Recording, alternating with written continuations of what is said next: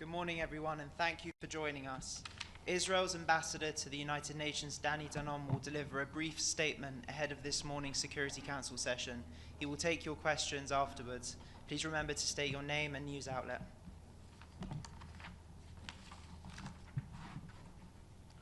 Good morning. We gather today at a historic moment for Israel and for our region.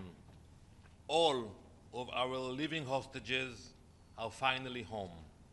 The remains of 15 of our fallen have been returned for burial, and Hamas, after years of defiance, has been forced to accept what it long rejected, to release our hostages and to disarm. This was not achieved by chance, but by a unique combination of our courage and our conviction. Yet, our struggle is not over. 13 of our fallen hostages remain in Hamas captivity.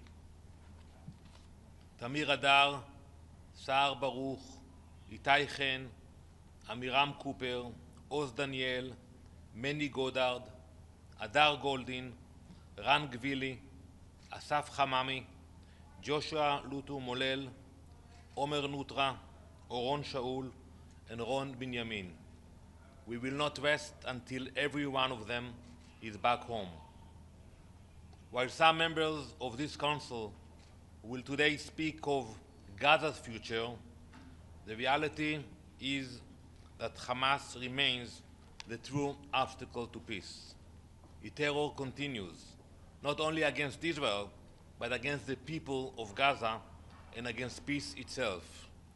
The reality in Gaza today is this: Hamas gunmen emerging from tunnels, turning their weapons on their own people, executing men. You saw the videos, like ISIS, executing men, women, and children in public squares. No evidence, no trial, just terror. And from the UN, silence, no condemnation, no emergency session of the Security Council. That silence empowers Hamas.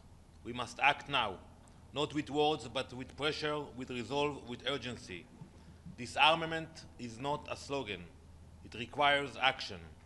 Weapons must be surrendered, tunnels must be sealed, and rocket factories must be shut down. Before Gaza can be rebuilt, terror must be removed. Before peace can begin, Hamas must lay down its arms. The time for excuses is over. Hamas must disarm now. Thank you. Ambassador, thank you for the briefing.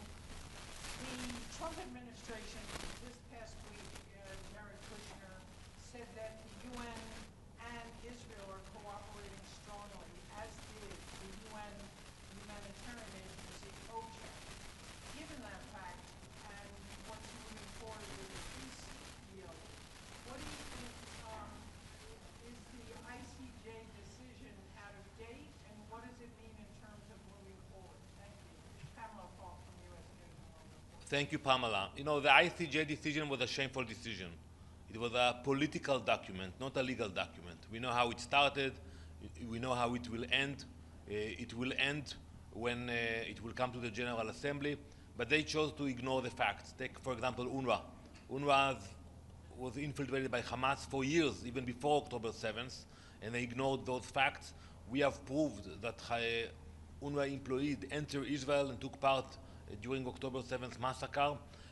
The court chose to ignore those facts, and we will not work with agencies that are controlled by terrorists. Thank you. Ambassador, Trilogy with China Central Television, two questions. First, we heard a lot of UN officials talking about more border crossings opening. Will Israel consider that, and what stops Israel from opening more border crossings so far? And secondly, we heard that the U.S. is strongly considering IDF presence during the reconstruction. What is the position from the Israeli government? Thank you. Well, regarding the checkpoint, you know, we have an ongoing dialogue with our partners on the ground. If there will be a need, we can open more checkpoints, but usually the problem is not the checkpoint. The problem is, you know, you need the drivers and the routes, you know, in order to deliver aid into Gaza. Regarding your second, I'm not familiar with that. We have no intention to stay in Gaza permanently. And we welcome the involvement of international forces that will allow for law and order to be there. And also, we have to make sure that Hamas lay down their weapons.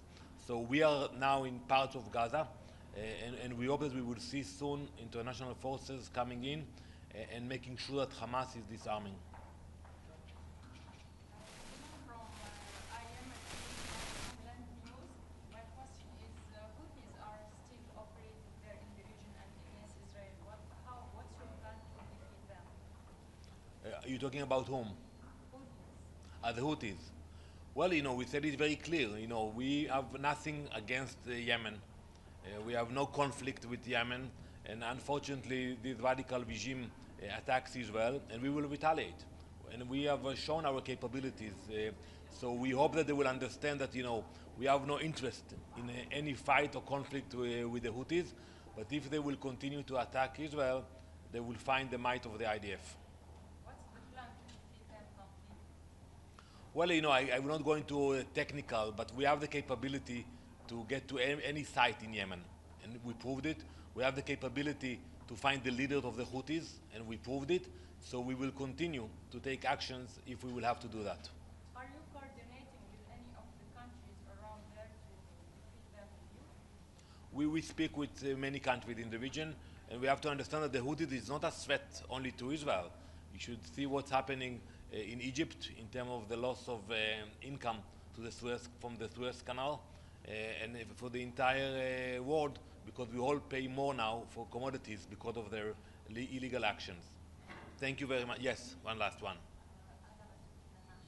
Ambassador, who do you think should be leading the international mobilization force, and do you think they should be disarming Hamas? Well, now it's being discussed about the involvement of countries in this force. I think it should be a combination of countries from the region, moderate countries from the region, and other international forces. And for sure, they will have to take part in the disarmament and the inspection. It will be a long process, but we have to start it as soon as possible. Thank you very much. Thank you.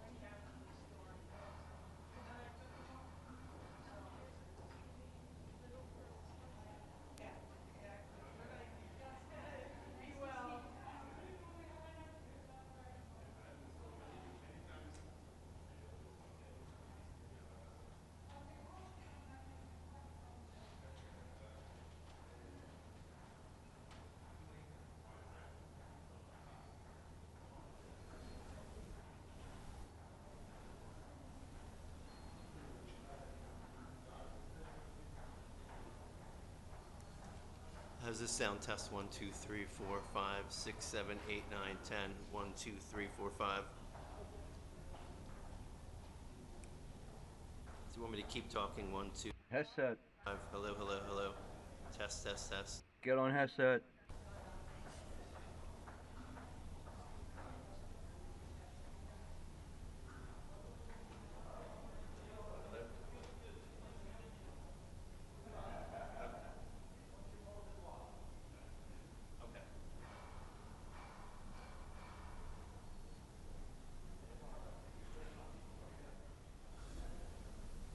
Test 1, 2, 3, 4, 5, 6, 7, 8, 9, 10. 1, 2, 3, 4, 5.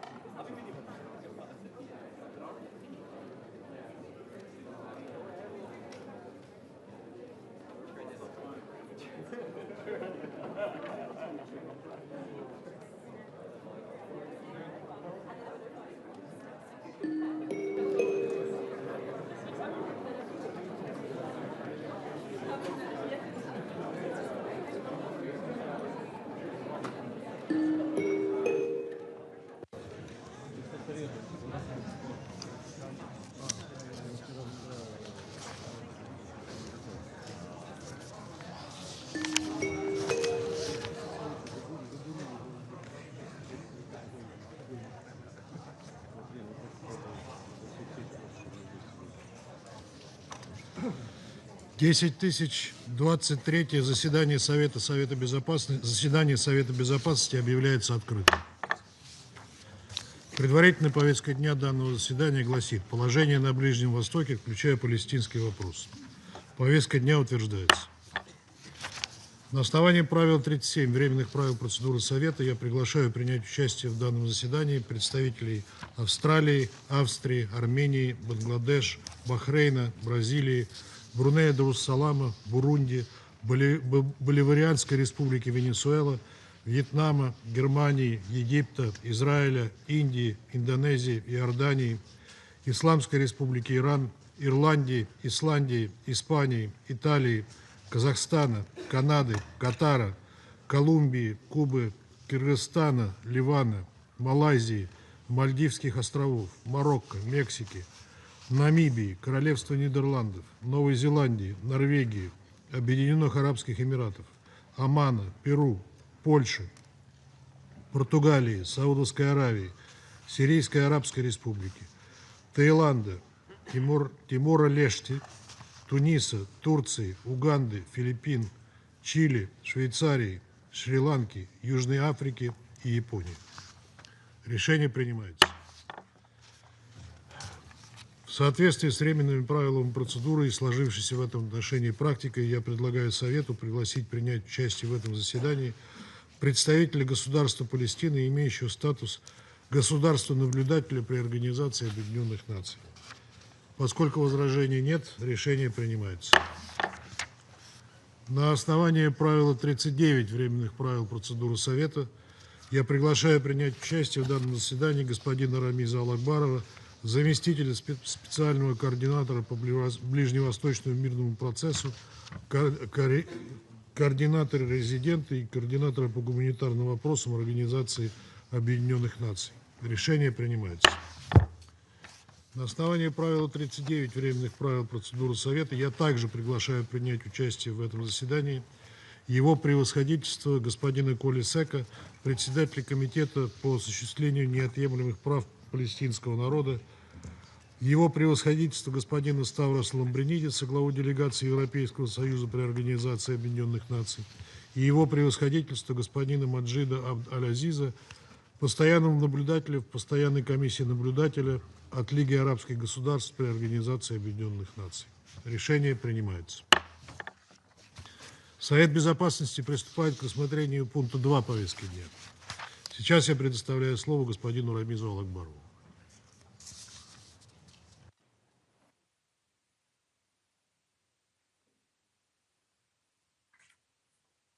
Thank you very much, Mr. President.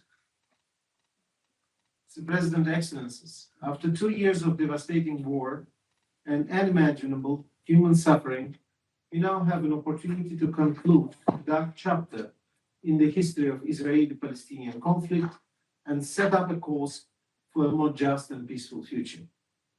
On the 9 October agreement, based on United States President Donald Trump's 20-point plan, secured a ceasefire and hostage release in Gaza.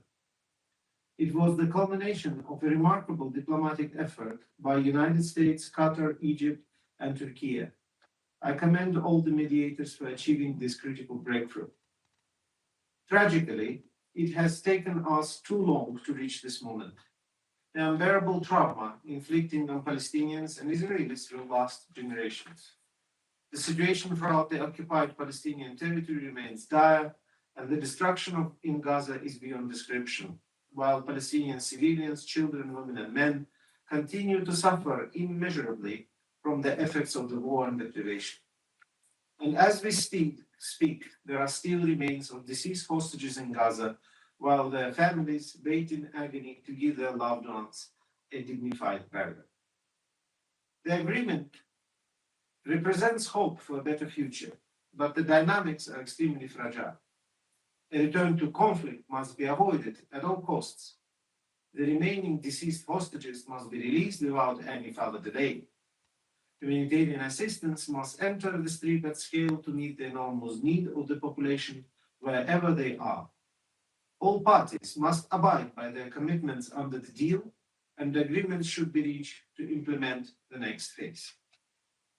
Mr. President, since the ceasefire took effect, the UN and its partners have rapidly scaled up humanitarian operations across Gaza.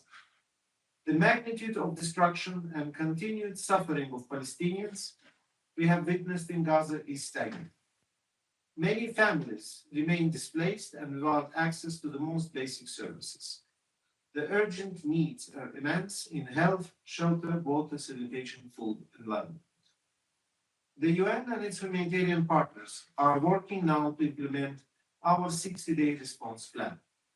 The plan sets out concrete measures to streamline customs procedures, expand access routes, facilitate the entry of critical items, restore essential services, and ensure the safe movement of humanitarian personnel. As part of the broader humanitarian reset, the plan is grounded in humanitarian principles, prioritizes those in greatest need, and enhances accountability, drives greater efficiency, and safeguards the space for principled life-saving actions. Already, as tracked by the UN 2720 mechanism for Gaza, we've increased facilitation in the entry of humanitarian supply by Israeli authorities. The humanitarian partners have scaled up aid delivery with a 46% increase in aid tracked by the UN entering the street in the first week of the ceasefire. Crucial assistance in the areas of food, hygiene, shelter, and health is being delivered in greater quantities, bringing much needed relief to Gaza population. But this is not enough. Much more still needs to be done. To fully meet our targets and ensure an effective response requires more crossings and functional relief corridors, safe passage for aid workers and civilians, unrestricted entry of goods, sustained entry of fuel, and operational space for the UN and NGOs, including renewal of NGO registration, all in accordance with humanitarian principles.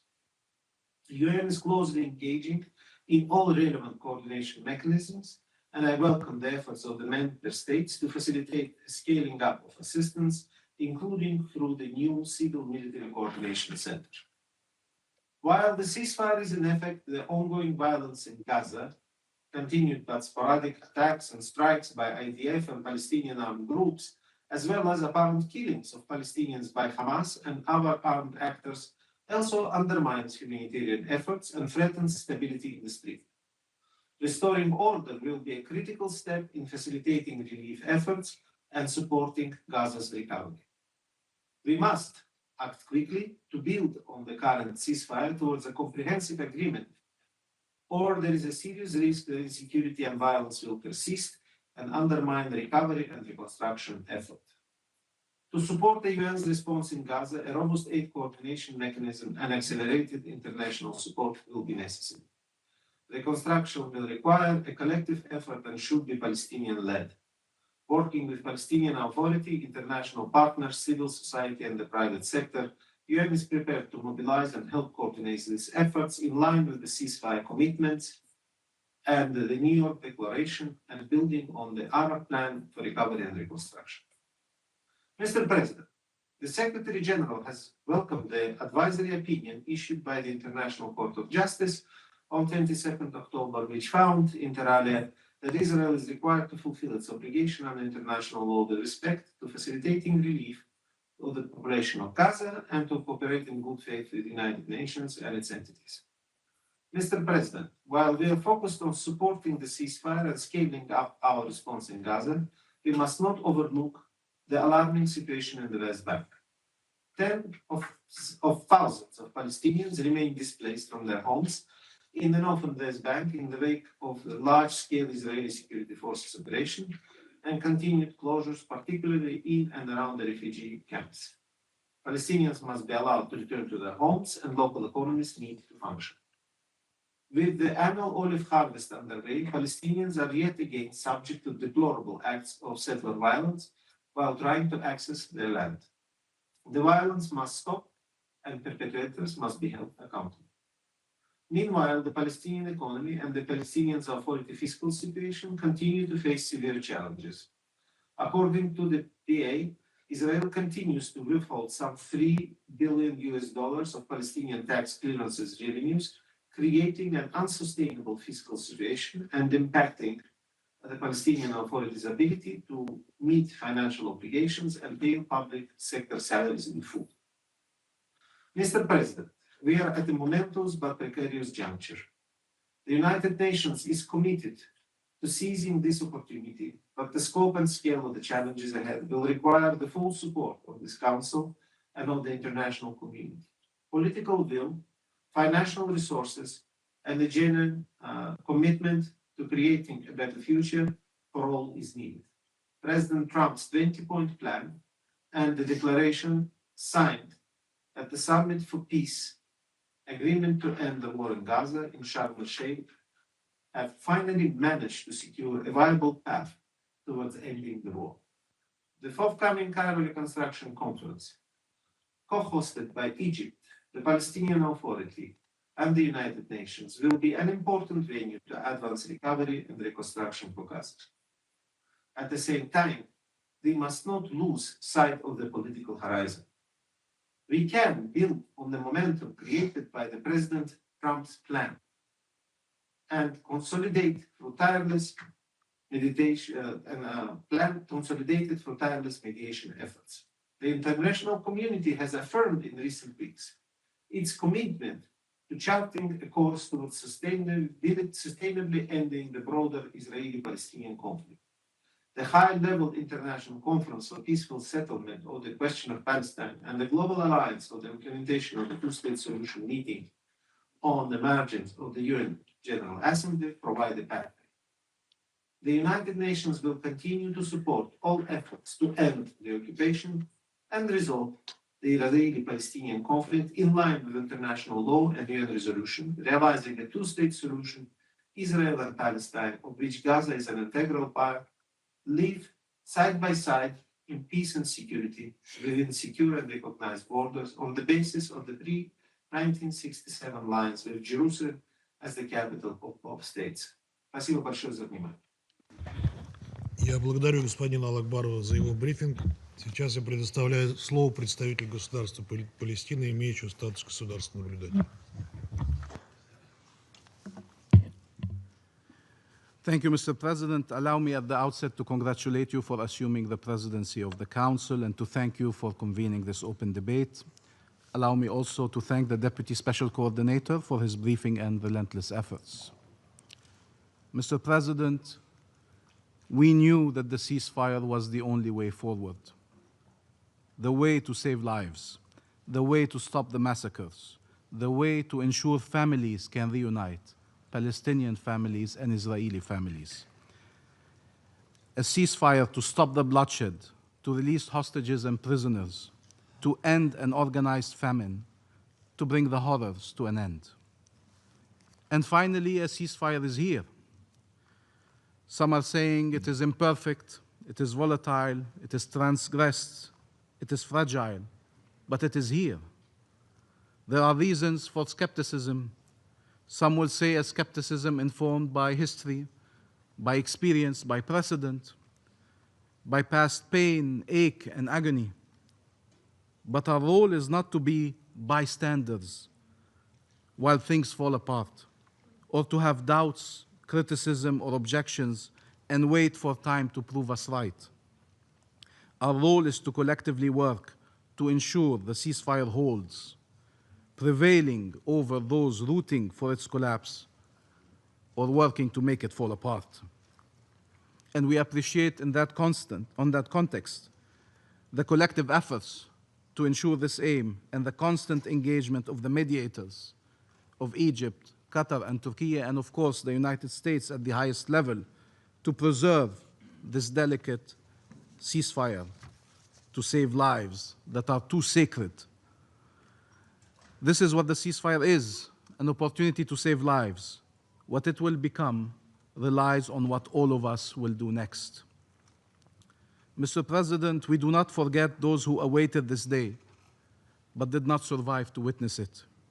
Nor do we forget the survivors who welcome it scarred and starved and in mourning. We do not forget the journalists who did not live long enough to announce the ceasefire. We do not forget the doctors and the humanitarians killed for trying to save lives. We do not forget 20,000 Palestinian children killed by Israel, or their parents who have to walk the earth under their crushing shadow.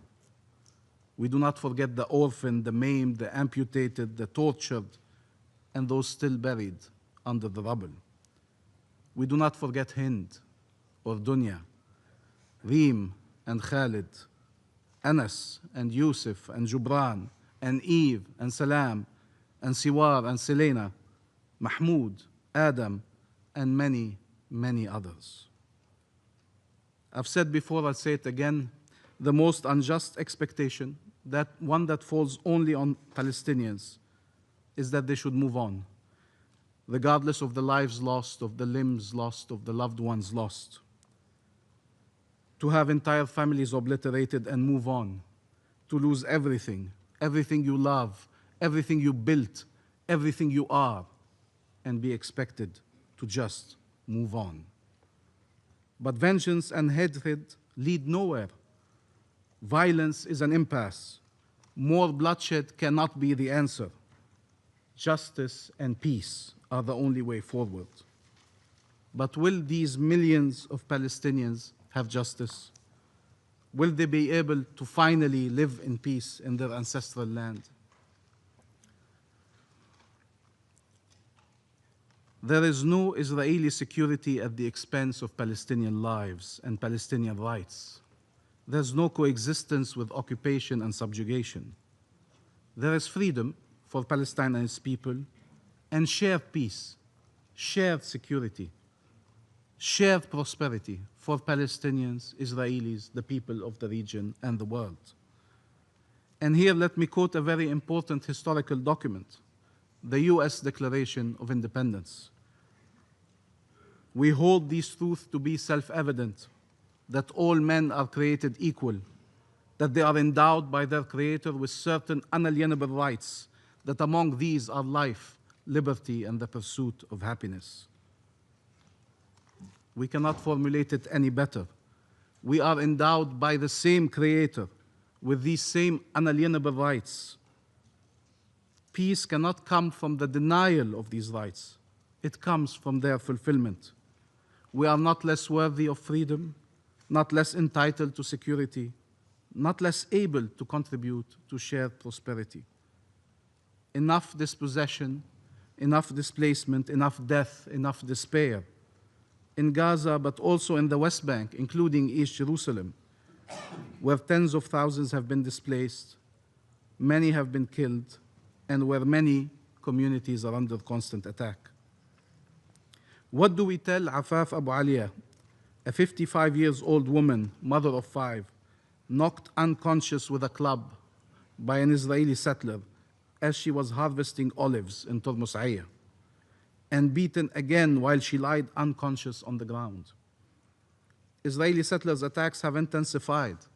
You have all condemned them without exception, but this condemnation does not protect our people from these repeated attacks.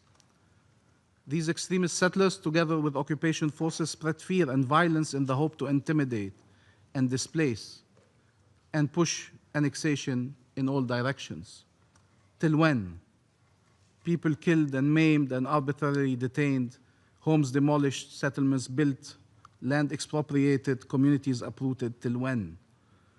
If after a century of conflict and dispossession and displacement and wars and occupation and colonization and blockade and walls, if after the 7th of October, if after genocide in Gaza, we are not yet convinced that it is time for peace, that we owe future generations peace, what will ever convince us? Mr. President, over the course of the last few weeks, the entire world rallied around clear objectives following unbelievable outrage across the globe. From the Global Alliance launched by Saudi Arabia, the EU, and Norway, to the Madrid Group, to the Hague Group, to those who recognize the State of Palestine, and among those around the table, the last among them to have joined, France and the UK, that I want to acknowledge here, to Algeria and the members of this council, all working for an end to the horrors and moving towards peace. And the International Peace Conference, co-chaired by Saudi Arabia and France, which demonstrated true leadership at its helm, and which endorsed the New York Declaration, a landmark document that charts a path forward to peace. The world mobilized for an independent and sovereign Palestinian state, for the two-state solution. They mobilized for peace. Palestine is committed to peace. It is committed to the full implementation of the New York Declaration, which charts a clear and irreversible path to freedom, peace, and regional integration. It will do its part, and it continues to commit to you here, once again, we will uphold our obligations. We are implementing our commitments, and we expect others to do their part and to uphold their obligations. Mr. President, we and many others around the world welcome the efforts of President Trump for peace and pledge to work with the US administration and with regional and international partners to move from a ceasefire to just and lasting peace. As was stated by the United States, it is for Palestinians to govern themselves. There is no substitute to Palestinian self-determination. There is a critical role for regional and international actors and mechanisms in support of Palestinian governance and independent statehood, and not as a substitute to them. We need to work together to ensure success. The task is monumental, but it is worth it. It requires collective and coordinated efforts. There were efforts and plans before, but maybe there was never before such momentum for peace, stemming from horrors the region witnessed the last 2 years. Just peace will change the face of the region and the fate of its peoples. The independence of the State of Palestine and the implementation of the two-state solution will pave the way for regional integration, a prospect many thought and still think impossible, but that is within grasp if we collectively decide to rid the region of wars and occupation and finally choose shared peace, shared security, and shared prosperity. It is time to end this conflict once and for all, so people never experience such pain and loss again, and all peoples can live in peace and security. These last few days, Mr. President, we saw families reunite, finally. Some with their loved ones still alive, able finally to embrace them, and some whose bodies were returned to be buried and to be mourned. There are still families waiting for their loved ones. We keep them in our minds. As the world tracked the release of 20 Israeli hostages, as it should, thousands of Palestinian prisoners were being released with undeniable evidence of the ill and degrading treatment they were subjected to. As the world followed the search for the bodies of 28 Israeli hostages, it must not forget that under the same rubble, you have the bodies of thousands upon thousands of bodies of Palestinians. This should be a moment to remind us all of our shared humanity, of the suffering future generation can and must be spared. This should not happen any longer. Regardless what camp you belong to, what cause you defend, what right you proclaim, no one should ever justify harming civilians, abducting them, torturing them, killing them. No one should ever justify holding remains, sometimes for years and decades, and depriving families from their ability to offer them dignified burial. Summary execution are never acceptable, regardless who commits them. No one should explain that there is any title or any right that can justify atrocities. No one, never, ever, under any circumstances. Mr. President, Gaza is an integral part of Palestine. Families in Gaza suffered more than enough. They have no homes to return to, no schools, no hospitals. Bombardments cannot continue taunting and haunting them. Aid cannot continue to be weaponized, as was said by the International Court of Justice yesterday. The ceasefire must be upheld. There is no other choice. Reconstruction must proceed, and we support all efforts in this regard and look forward to the conference in Cairo towards that aim. And here allow me to thank the mediators for their relentless efforts that led to the Sharm el-Sheikh agreement. Egypt, which endured smearing campaigns and attacks.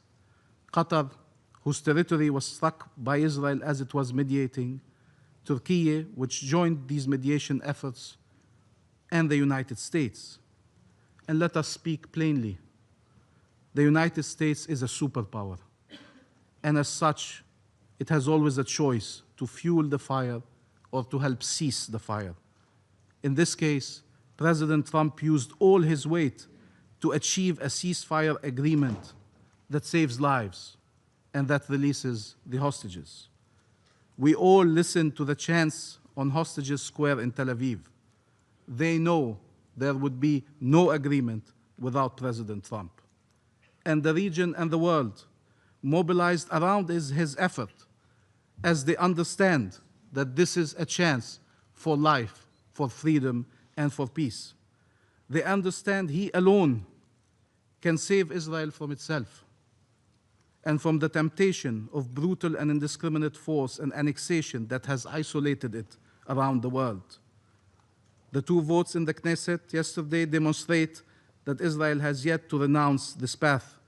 Other policies and other measures and other statements as well. But we appreciate the clear message from the Trump administration against any push for annexation. We will work with President Trump, with regional and international partners, to transform a fragile and volatile ceasefire into just and lasting peace, with Palestinian agency and Palestinian liberation as our goal, with mutual recognition and peaceful coexistence as cornerstones. What we need is not a pause in the violence and injustice, but an end to them. Violence is an impasse. It must not be fueled nor tolerated. It must be stopped. And we will not relent in our rejection of violence against all civilians. Likewise, injustice must never be justified or shielded. It must be brought to an end. Palestine is committed to peace. We are the ones who need it most, and peace needs to be a shared objective to become a shared reality. We must seize this opportunity to end the suffering and work for freedom and peace, regardless of how great the challenges are. Help us demonstrate to our people that there is a peaceful path to freedom and to dignified life. The efforts to undermine the Palestinian Authority and its ability to perform its duties despite its full-fledged commitment to peace that has been put to test over the course of the last 2 years in unbelievable manners, aims at preventing our independence and our statehood. If there are requirements placed on the Palestinian Authority, it must be empowered to fulfill them. And Israel has also obligations that need to be monitored and implemented. We will not shy away from our obligations and from our commitments. We owe to our people to fulfill them, leading them to a path of liberation and peace. A new generation can wake up to a very different region where no one is killed, no one is abducted, no one is tortured, where cooperation and coexistence replace occupation and conflict, where shared security replaces perpetual war, where shared prosperity replaces pillage and devastation. Isn't that worth striving for? We owe it to those who were killed.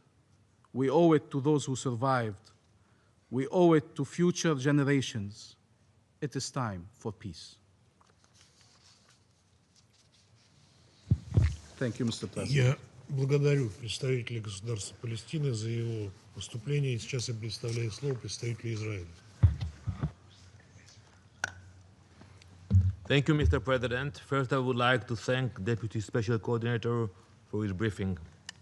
Mr. President, today we gather at a historic moment for our region. Israel has achieved what many thought impossible. All of our living hostages are home.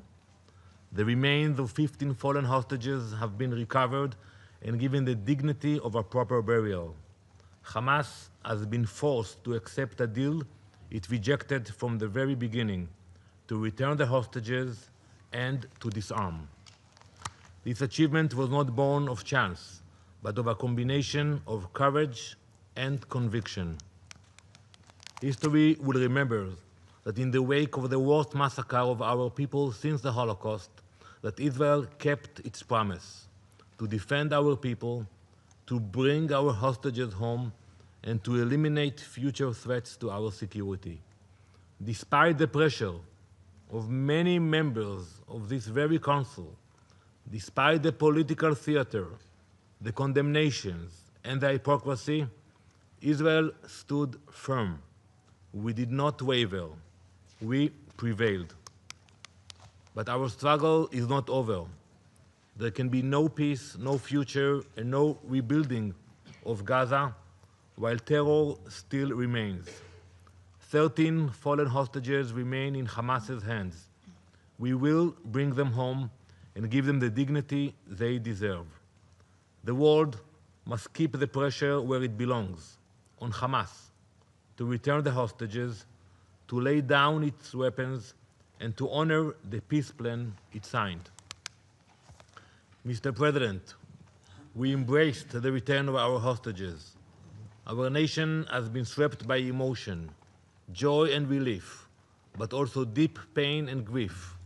We have seen in the last few weeks mothers embracing sons, fathers reunited with their children, young couples holding each other again. In every home, in every community, Israel has felt the weight of what was lost and the miracle of return. Families reunited, lives once trapped in darkness have seen light again. But we cannot forget what they endured: starved, beaten, shackled, deprived of food, water, and light, forced to dig their own graves, humiliated, and yet they survived. They held onto their humanity even in the face of evil. As we welcome home the living, we also mourn the fallen who have now returned to us for proper burial. They remind the world that Hamas's cruelty knows no borders, no faith, no mercy. To the families of the fallen hostages and to all who still wait for the return of their loved ones from Gaza, we say, Israel has not forgotten them. We will do whatever it takes to bring them home, all of them. Mr. President, make no mistake, Hamas has already violated the ceasefire. They promised to return the bodies of our fallen within 72 hours. Yet still today, more than 300 hours after the ceasefire began, 13 fallen hostages remain in captivity. Hamas lied at the negotiating table, and they lied still to us, to the negotiators, and to the entire world. They know exactly, and we know that they know, where our fallen are. They simply refuse to act. This is not a matter of logistics. It is a calculated cruelty, psychological warfare designed to inflict pain and to buy time. Let me be clear, our fallen hostages will be brought home by diplomacy, if possible, by other means if necessary. It should come as no surprise that the same hands that refuse to return our dead are the ones that still pull the trigger. Just 9 days into the ceasefire, Hamas terrorists opened fire in an IDF-controlled area, killing 2 Israeli soldiers and seriously injuring many others. These are not allegations, they are facts. Yet, as Hamas violates the ceasefire, too many look away. There is no clearer example than the outrageous and false moral equivalence drawn in recent weeks, and I'm sure we will hear it today. We have heard commentators, diplomats, even world leaders equate the release of innocent hostages with the release of convicted terrorists. They speak as if these two acts were the same, as if those civilians who were kidnapped at gunpoints from their homes and held in tunnels could ever be compared with those who planted bombs on buses and slaughtered innocent lives. To bring our people home, Israel made choices no country should ever have to make. We released those jailed for murder, terror, and kidnapping. Let me give you a few examples from those who were released.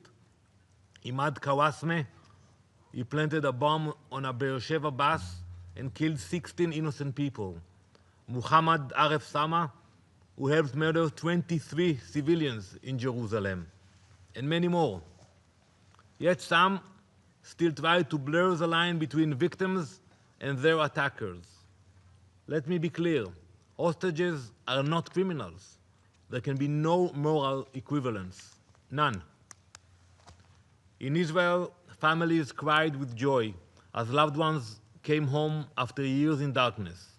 In Gaza, crowds celebrated murderers returning from prison.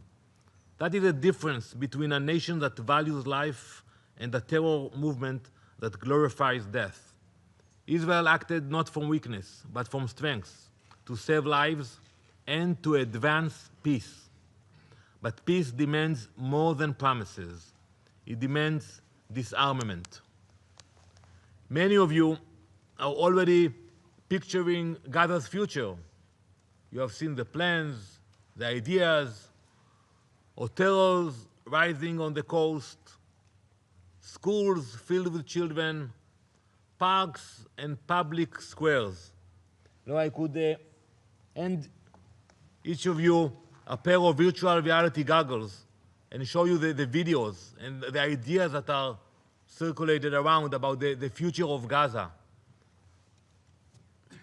But before we get lost in virtual reality, let's remove the goggles and look at what is really happening today. Because before classrooms open or a single home is built, one truth must be faced. Hamas must go. Hamas must disarm. All the plans, the pledges, the visions, the videos, they are all virtual reality until terror ends. Members of this council, let me show you what reality looks like today in Gaza.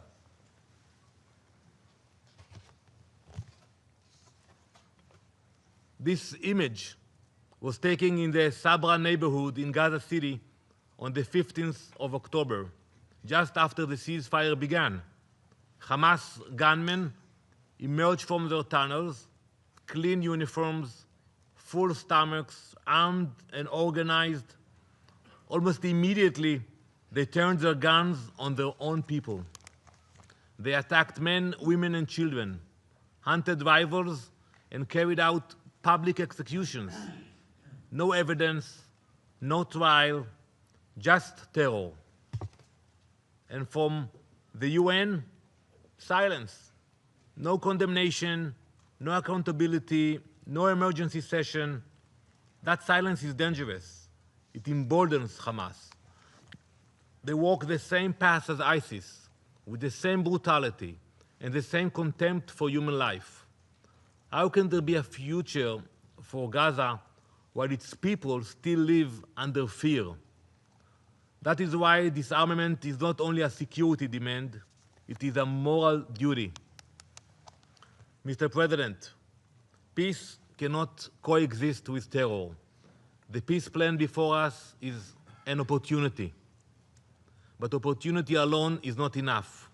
We must act now to ensure Hamas is disarmed, not only with statements, with action, with pressure, with resolve. Hamas still sits on a deadly stockpile: assault and sniper rifles, RPGs, rocket launchers, anti-tank missiles like the Cornet. Beneath Gaza, their factories hum, their tunnels run deep. Disarmament means more than words.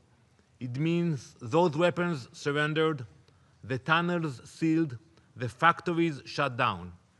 It means dismantling Hamas's entire war machine, every command post, every weapons line, every tunnel.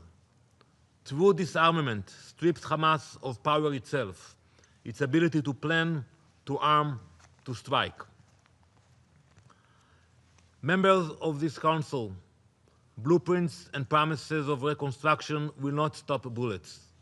Only real disarmament will. Now is the moment to turn words into pressure and hopefully pressure into peace. Last week, the Jewish people celebrated Simchat Torah, a holiday that marks the conclusion of the annual reading cycle of our Bible, the Torah, and the beginning of a new cycle. Every year we read the same chapters. As we open the first chapter, Bereshit, the book of Genesis, we return to the moment creation began, and I quote, "And God saw the light, that it was good, and God divided the light from the darkness." Before creation came order. Before life began, chaos had to hand. God separated light from darkness, bringing clarity, structure, and peace. So it must be now. Before Gaza can be rebuilt, terror must be removed. Before peace can begin, Hamas must lay down its weapons. Israel is ready to do its part and move forward. But peace cannot live alongside terror. Every day, Hamas refuses to disarm. They drag Gaza deeper into darkness. The time for excuses is over. Hamas must disarm now, fully and completely, so that light, not darkness, shape our future. Thank you, Mr. President. Я благодарю представителя Израиля за его выступление. Сейчас я сделаю выступление в качестве представителя Российской Федерации. Благодарим заместителя спецкоординатора ООН по Ближневосточному мирному процессу Рамиза Алакбарова за обстоятельный доклад о положении в регионе. Для нашего ключевого мероприятия в ходе председательства мы выбрали открытые дебаты по ситуации на Ближнем Востоке. Они проходят в весьма примечательный момент, когда на первый план наконец-то вышла дипломатия, и у палестинцев и израильтян появилась надежда на длительное и устойчивое прекращение огня.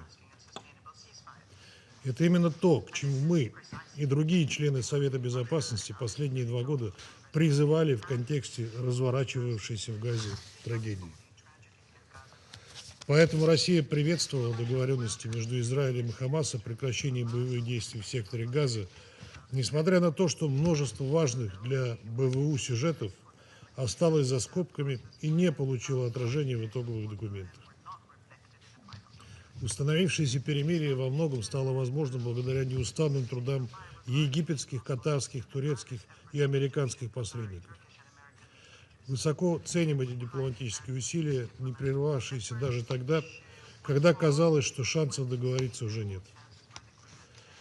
Отмечаем особую роль в этом президента Соединенных Штатов Дональда Трампа, чья личная вовлеченность в стремление прекратить бойню в Газе придали необходимый импульс для достижения договоренности. Во всем мире, с болью в сердце следившим за новостями из Газы, с большим облегчением восприняли известие об освобождении последних заложников, удерживавшихся в секторе, а также возвращении домой в обмен на почти 2000 палестинских заключенных. Среди вернувшихся домой израильтян есть и наш соотечественник, уроженец Донбасса Максим Харкин, вопрос об освобождении которого, как и других пленников, регулярно ставился российскими дипломатами в ходе соответствующих контактов в регионе. Уважаемые коллеги, 2 года боевых действий опустошили и выжгли души как палестинцев, так и израильтян. Заслуживающая осуждения террористическая атака Хамас 7 октября и последовавшее безнравственное коллективное наказание палестинского народа останутся в учебниках истории в качестве вопиющих примеров ненависти и антигуманности, назидания будущим поколениям. Мы лишний раз убедились, что насилие и ненависть всегда порождают ответное насилие и ненависть, а путь к миру лежит исключительно через диалог и взаимные уступки, в том числе во имя устранения коренных причин конфликта. Важно, чтобы установившееся пока еще весьма хрупкое перемирие не постигла судьба январских договоренностей, рухнувших на фоне взаимных обвинений сторон в их нарушениях. К сожалению, сегодня мы наблюдаем опасность повторения подобной ситуации. Так, палестинцы вменяют израильтянам регулярные нарушения прекращения огня. Израиль же недоволен затягиванием Хамас передачи всех тел погибших заложников. Призываем все стороны к строгому выполнению соглашения. Боевые действия, с жертвами которые стали десятки тысяч мирных палестинцев, не должны возобновиться ни при каком сценарии. Уверены, что этому поспособствуют и итоги прошедшего 13 октября в Шарм-эль-Шейхе саммита мира. Важно, что подписанный по итогам декларации особый акцент сделан на защите прав человека, гарантиях безопасности и достоинства палестинцев и израильтян, а также искоренение экстремизма и радикализма во всех формах, включая расизм, без чего невозможно процветание ни одного общества. Необходимо, чтобы аналогичную оптику мировое сообщество применяло и в контексте продолжающегося ущемления киевским режимом прав русскоязычного населения на Украине. Уважаемые коллеги, отмечаем, что благодаря достигнутому перемирию в секторе Газа наметился определенный прогресс в части гумдоступа. По данным УКГВ, восстанавливаются поставки продовольствия и медицинских товаров, а гумагентство ООН, в том числе БАПОР, уже начали создавать временные учебные пространства для перемещенных детей. Этот положительный импульс необходимо сохранить и наращивать, чтобы облегчить страдания газовитян и обеспечить восстановление базовых услуг. В то же время мы не можем не отметить, что ограничения на доставку гуманитарной помощи по-прежнему сохраняются, а гуманитарные маршруты функционируют не в полную силу. В этой связи крайне важно снять оставшиеся барьеры и действовать в соответствии с представленным УКГВ 60-дневным планом гуманитарного реагирования. Рассчитываем, что недавний визит замсекретаря ООН по гуманитарным вопросам Тома Флетчера в Газу и Рамаллу будет способствовать налаживанию эффективной работы не только в секторе, но и на западном берегу реки Иордан, где сохраняется нестабильная ситуация, в том числе продолжаются нападения на палестинцев, о чем регулярно докладывает КГВ. Уважаемые коллеги, перемирие и прекращение огня в Газе – это важный и долгожданный, но все-таки только самый первый этап на пути к долгосрочному урегулированию палестино-израильского конфликта. Избежать рецидива трагедии возможно лишь при возобновлении политического процесса на известной международно-правовой основе по формуле двух государств, предусматривающей создание независимого палестинского государства в границе 1967 года со столицей в Восточном Иерусалиме, сосуществующего в мире и безопасности с Израилем. Эта задача, неоднократно подтвержденная международным сообществом, не должна оставаться в тени миротворческих усилий и тем более игнорироваться при выработке планов действий и дорожных карт. Нельзя забывать и о незаконном строительстве израильских поселений на палестинской территории. Эти планы должны быть пересмотрены, а уже построенные в нарушении резолюции Совета Безопасности, в том числе 446, 452, 465 и 2334 поселения, демонтированы. Хочется надеяться, что позитивная динамика на треке БВУ самым положительным образом скажется и в других частях региона, включая Ливан, Йемен и Сирию, и в конечном итоге приведет к общей нормализации в арабо-израильских отношениях. С осторожным оптимизмом следим за продолжающимися непрямыми переговорами между Западным Иерусалимом и Дамаском. Относительно стабильной остается обстановка вдоль Голубой линии, где еще год назад бушевала полноценная война.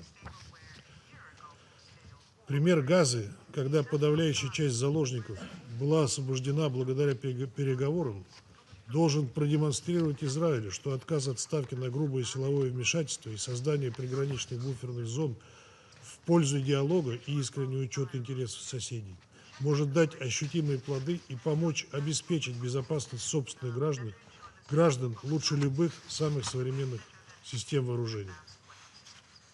Россия, неизменно поддерживающая доверительные и конструктивные отношения со всеми странами региона, без исключений, настроена продолжать вносить свой вклад в дело мира на Ближнем Востоке как в национальном качестве, так и в роли постоянного члена Совета Безопасности. Готова работать со всеми сторонами, разделяющими цель достижения справедливого, долгосрочного и устойчивого мира на всем Ближнем Востоке на основе выполнения известных резолюций Совета Безопасности ООН, касающихся Палестино-израильского конфликта. Я вновь приступаю к исполнению обязанностей председателя Совета Безопасности, и сейчас я предоставляю слово представителю Дании. Thank you, Mr. President. And I thank Deputy Special Coordinator Alec Barov for his briefing. I'd also like to pay tribute to all United Nations personnel and humanitarian workers on the ground working to deliver aid into Gaza, and to those civilians and hostages for whom the good news has tragically come too late. Mr. President, over the past few weeks, we have witnessed a rare moment in history. After more than 2 weeks of imaginable tragedy and loss, we have a long-needed ceasefire in Gaza. The guns have fallen silent, and in that silence, the first notes of hope can finally be heard. Denmark warmly welcomes the ceasefire and expresses profound gratitude to the United States, Egypt, Qatar, and to others who, in spite of numerous setbacks, have worked relentlessly to make this deal a reality. This ceasefire offers respite and relief. When the hostages and their families, who have lived in terror and despair, can finally begin to heal. When the skies above Gaza carry not the sound of warplanes, but the laughter of children. This is the promise that peace could hold. And yet, as this day finally dawns, we cannot forget the immense suffering that lies in its wake and the long road that lies ahead. Far too many will never wake up to see this peace. Those buried under the rubble, those who fell prey to terrorists, those ensnared by starvation, or those simply caught up in the wrong place at the wrong time. This peace is also for them. It is in their memory that we must sustain it. And we must not ignore that Hamas has taken the opportunity to reimpose its campaign of terror on Gaza's population. We continue to stress that Hamas must not be allowed to play a role in the future of Gaza. Mr. President, this ceasefire is not an ending. It is a beginning, fragile but full of opportunity. Now we must act with urgency. The road towards lasting peace will not be easy, but the Security Council must shoulder its responsibility. We must spare no effort, and we trust that this Council will urgently come together to establish a mandate for an international stabilization mission. Denmark welcomes the UN plan to alleviate the suffering of civilians. We stress that the UN and other humanitarian organizations must be fully enabled to deliver the humanitarian aid that millions so desperately need, in line with the agreement on the first phase. Every corridor must be opened, every convoy protected. Aid shipments must be swiftly allowed without undue impediments. Humanitarian and health workers must be protected.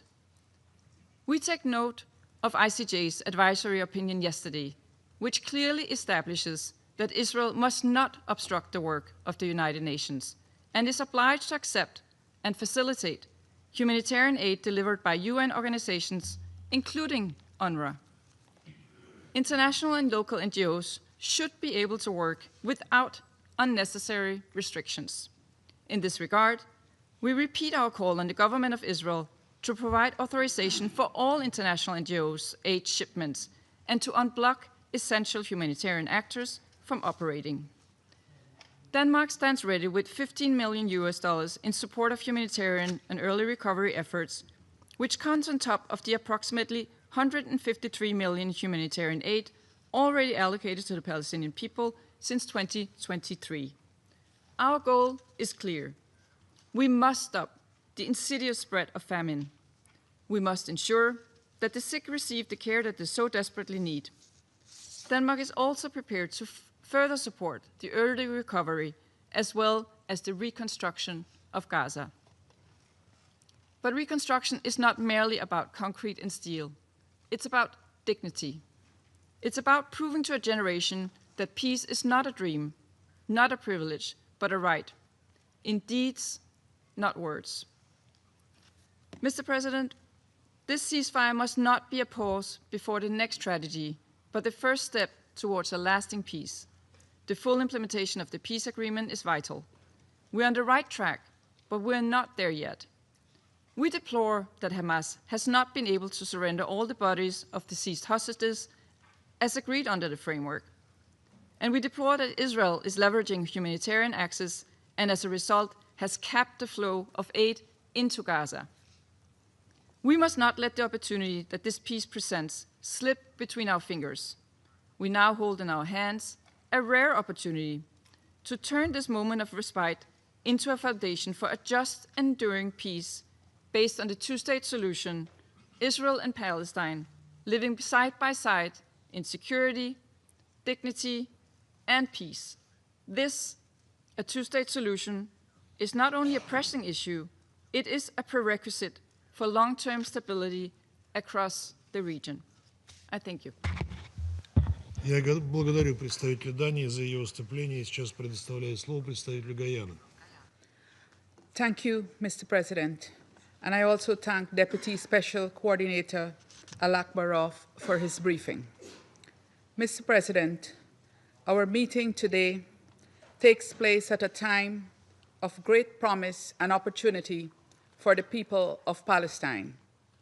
This moment, however, must be managed carefully, fully anchored in international law, and with the protection and well-being of civilians a central priority.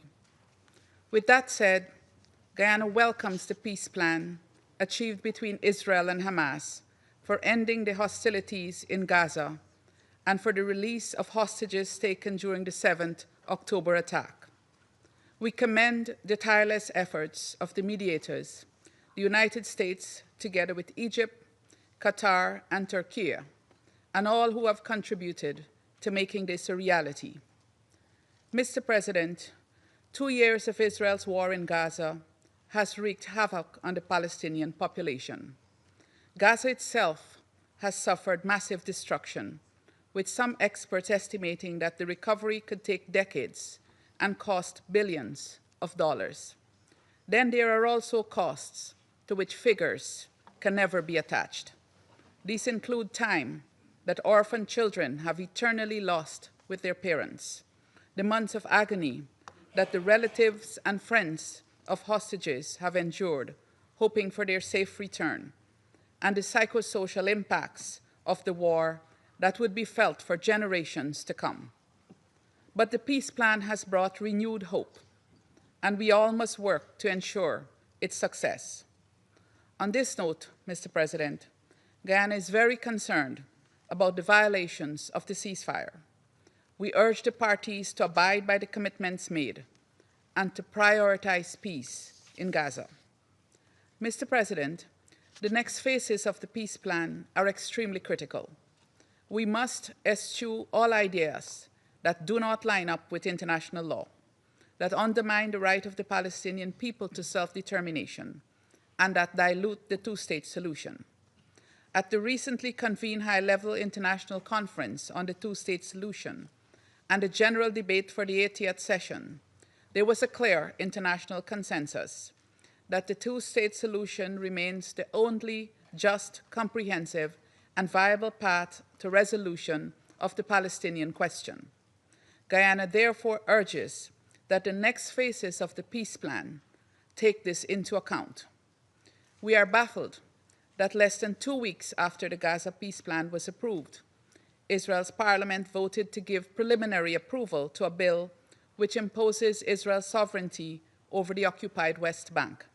We call on Israel to abandon this effort, which, if implemented, will be a violation of international law and will undermine the two-state solution. The West Bank is a critical part of the future independent state of Palestine. Mr. President, the war in Gaza reached many lows in the conduct of international relations, and I specifically wish to highlight Israel's belligerent approach to international organizations operating in the occupied Palestinian territory to meet humanitarian needs. We welcome the advisory opinion issued by the International Court of Justice yesterday, which clarifies the obligation of Israel as an occupying power to work with United Nations agencies to facilitate humanitarian aid in Gaza. We particularly welcome the specific provisions of the opinion regarding UNRWA.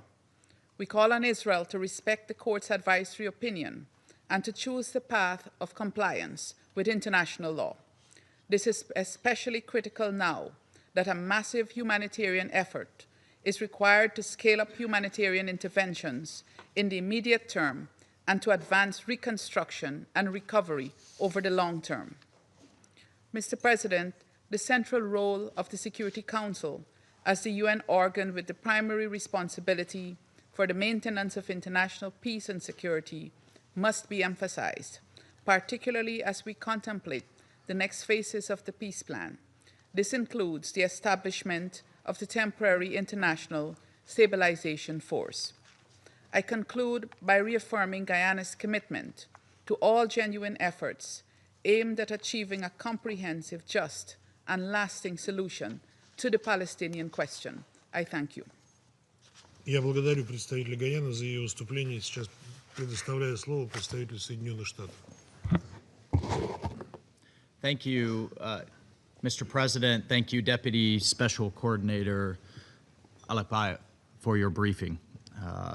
Colleagues, President Trump's 20-point plan for peace offers a historic opportunity.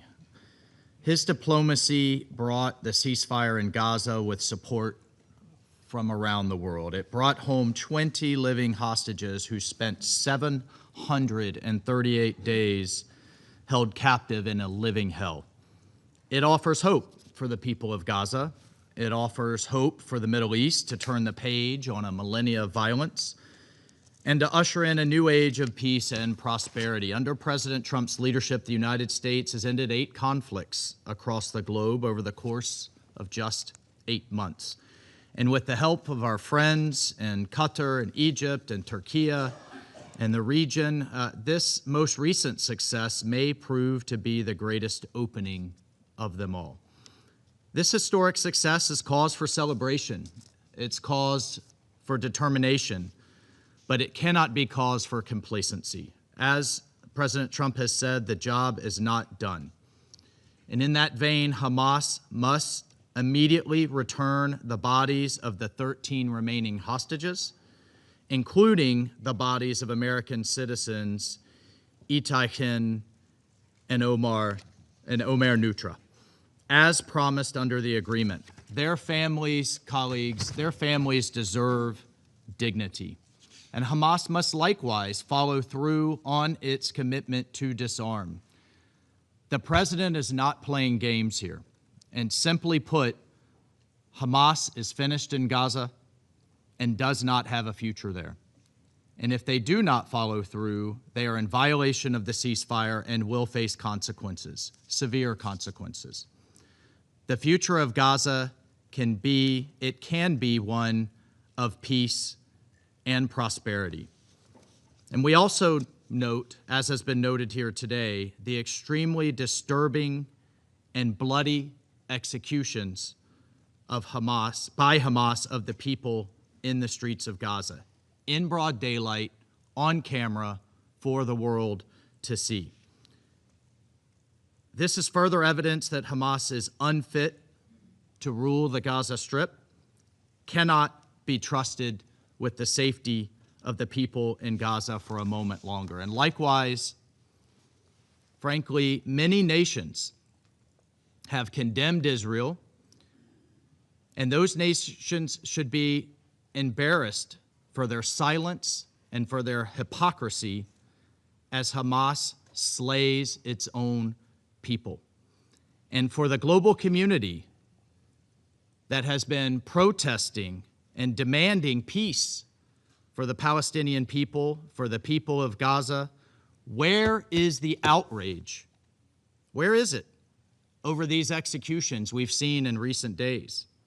Hamas is not just attacking Israelis.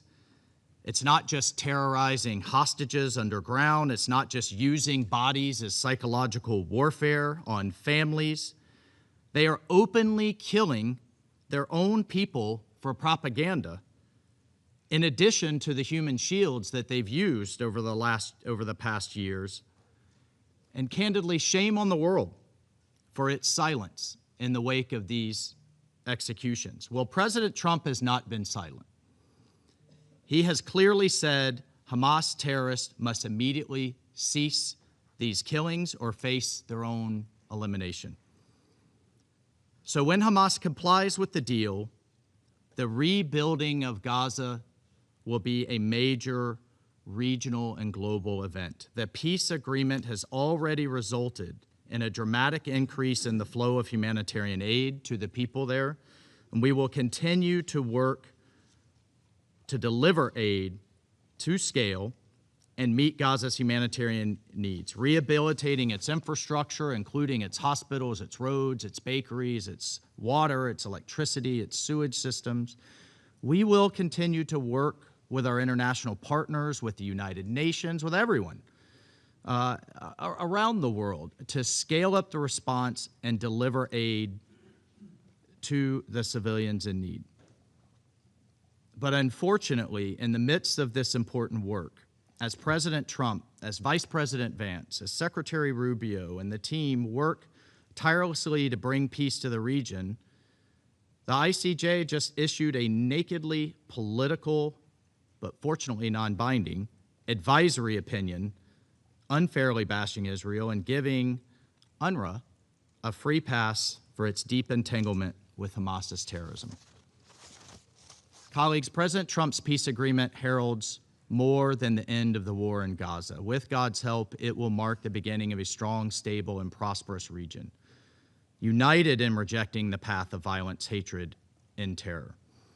But in support of that vision, more broadly, the international community must urge the Iranian regime to give up on its false hope of revolution and forgo its ambitions on its neighbors, to stop meddling in the politics of other countries in the region and to instead engage in direct and good faith dialogue with the United States for the benefit of the Iranian people and the security of the region. Because of tough action on Iranian proxies, we are seeing historic opportunity in Lebanon, in Syria, in Iraq, and across the region. And in this spirit, the United States supports and has supported the reimposition of UN snapback sanctions on the Iranian regime. The regime will continue to face consequences as long as it does not leave its path of destruction. Colleagues, we must continue to press Iran to do what's right for its people and what's best for international peace and regional security. With President Trump's plan, we are closer than ever to realizing the Middle East that generations have dreamt of, a region of peace, prosperity, harmony, opportunity, innovation, achievement. The more we are talking about infrastructure, about rail, about data centers, about AI, the less we will be talking about these historic animosities. And along those lines, we look forward to more countries in the region joining the Abraham Accords. We look forward to a future that can realize this dream. Thank you, colleagues. Я благодарю представителя Соединенных Штатов за его выступление. Сейчас предоставляю слово представителю Соединенного Королевства. Thank you, President. I thank Deputy Special Coordinator Alak Barov for his briefing today. Colleagues, for 2 years, the world has witnessed the terrible human cost of the Hamas terrorist attacks of 7 October and the disastrous conflict in Gaza that has claimed so many lives.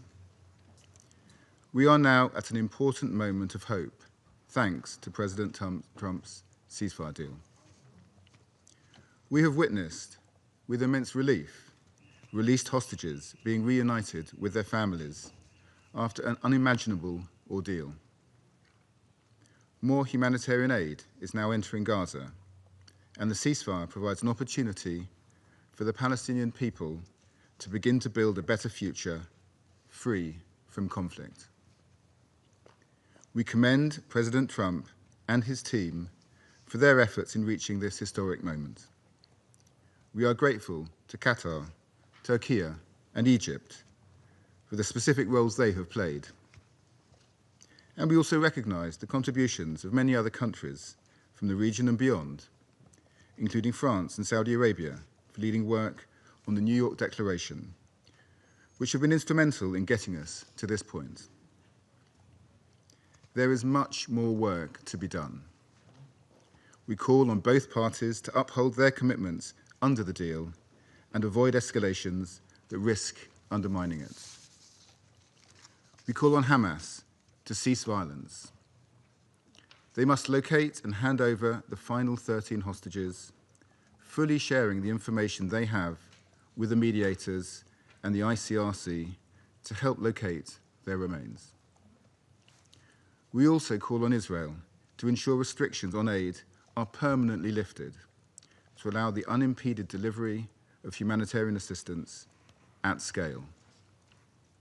This includes supporting the UN humanitarian effort, opening all crossings to both humanitarian and commercial goods, and ensuring international NGOs can operate without obstruction.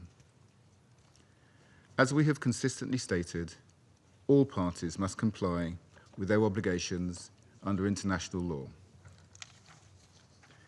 The International Court of Justice delivered an important advisory opinion yesterday on Israel's obligations in this regard. We welcome its clear findings that Israel has an obligation under international humanitarian law to ensure the provision of aid in Gaza, and that UNRWA has a critical role in delivering the humanitarian response. We will continue to consider the full detail of the opinion carefully. President, we must now build on the momentum of the ceasefire. We need urgent work to develop transitional security arrangements, including an international stabilization force. And we need to support the reform program for the Palestinian Authority as it builds the Palestinian state. This should comprise Gaza and the West Bank, including East Jerusalem, based on 1967 lines, with land swaps agreed as part of a negotiated, peaceful settlement. The United Kingdom is playing our part, for example, through humanitarian assistance, a deployment of staff to the US-led Civil Military Coordination Center, and by working with Egypt and others to mobilize private sector investment for Gaza's reconstruction. Finally, while the eyes of the world are focused on Gaza, we must not forget what is happening in the West Bank. Once again, we condemn attacks by extremist, violent settlers on Palestinian farmers in the West Bank during the olive harvest.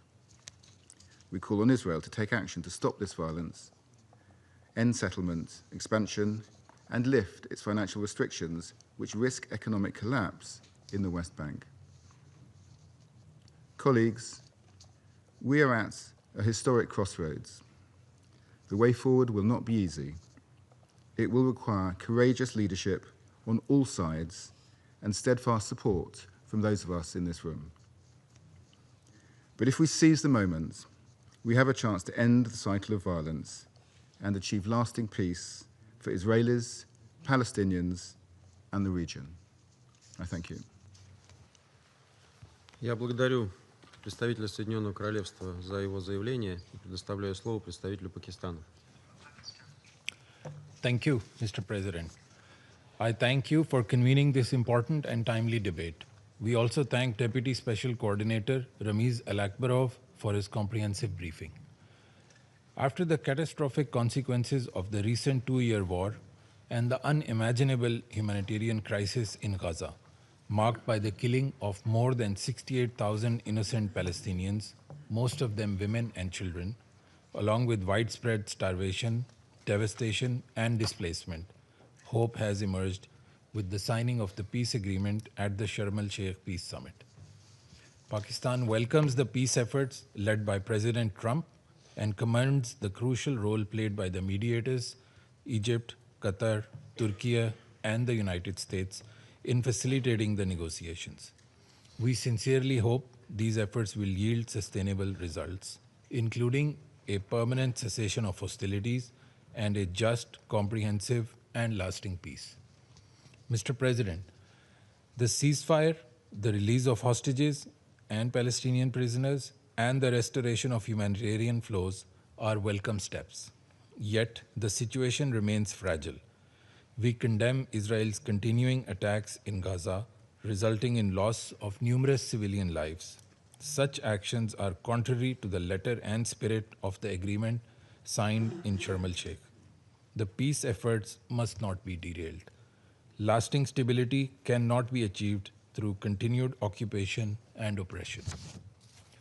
Pakistan also condemns the Israeli Knesset's preliminary approval of two draft laws aimed at imposing Israeli sovereignty over the occupied West Bank and an illegal settlement, in blatant violation of the historical rights of the Palestinian people, international law, and relevant UN resolutions. Mr. President, Pakistan was a participant of the diplomatic efforts that began on the sidelines of the UN General Assembly's 80th session in New York last month, with a meeting of President Donald Trump with 8 Arab Islamic leaders. In a joint statement, Pakistan, together with the foreign ministers of those Arab and Islamic countries, Egypt, Jordan, Qatar, Saudi Arabia, UAE, Indonesia, and Turkey, welcomed the announcement by President Trump regarding his peace proposal. We reaffirmed our joint commitment to work with the US to end the war in Gaza through a comprehensive deal that ensures unrestricted delivery of sufficient humanitarian aid, prevents the displacement of Palestinians, the release of hostages, a security mechanism that guarantees the security of all sides, full Israeli withdrawal, reconstruction of Gaza, and a path for a just peace on the basis of the two-state solution, under which Gaza is fully integrated with the West Bank in a unified Palestinian state in accordance with international law as key to achieving regional stability and security. Mr. President, the International Conference on the Two-State Solution, co-chaired by Saudi Arabia and France, was an important endeavor to advance the long overdue realization of the Palestinian people's right to self-determination and statehood. The conference and the peace efforts led by President Trump complement each other and should serve as a foundation for implementing the various commitments and realization of a sovereign Palestinian state. The following steps are essential. First, full implementation of the ceasefire, ensuring a permanent cessation of hostilities, Israeli withdrawal from Gaza, unrestricted humanitarian access, and a comprehensive reconstruction plan. Second, accountability for the grave atrocity crimes committed in Gaza. Third, an end to Israeli illegal actions in the West Bank, including forced displacements, illegal settlements, and annexations. The legal and historical status of Al-Haram al-Sharif and Al-Aqsa Mosque must be upheld. Fourth, the unhindered functioning of UNRWA, whose role is indispensable in providing life-saving assistance. As reaffirmed by the ICJ in its advisory opinion yesterday, Israel is under obligation to facilitate relief provided by the UN and its entities, particularly UNRWA. Lastly, the launch of a credible, time-bound political process consistent with international legitimacy and relevant UN resolutions to establish an independent, sovereign, and contiguous state of Palestine based on the pre-1967 borders with Al-Quds al-Sharif as its capital. Mr. President, looking ahead, the roles of the UN, the Palestinian Authority, and the Palestinian people will be vital to ensuring legitimate governance, reconstruction, and institution building in Gaza. The role of the Security Council will also be critical and indispensable for the next phases of the peace plan, including for designing and mandating the deployment of an international stabilization force to fulfill the tasks envisaged for it in the peace plan. Pakistan will continue to work with all partners to advance these shared objectives and to help restore peace, justice, and dignity to the Palestinian people. I thank you. Я благодарю представителя Пакистана за его заявление и предоставляю слово представителю Панамы. Muchas gracias, presidente. Panamá agradece a la Federación de Rusia por convocar y presidir este debate abierto trimestral sobre la situación en Oriente Medio, incluida la cuestión palestina. Reconocemos también el detallado informe del señor Ramiz Al-Akbarov, coordinador especial adjunto para el proceso de paz del Oriente Medio, coordinador residente y de asuntos humanitarios de las Naciones Unidas. Han pasado 748 días desde aquel cruel 7 de octubre del 2023.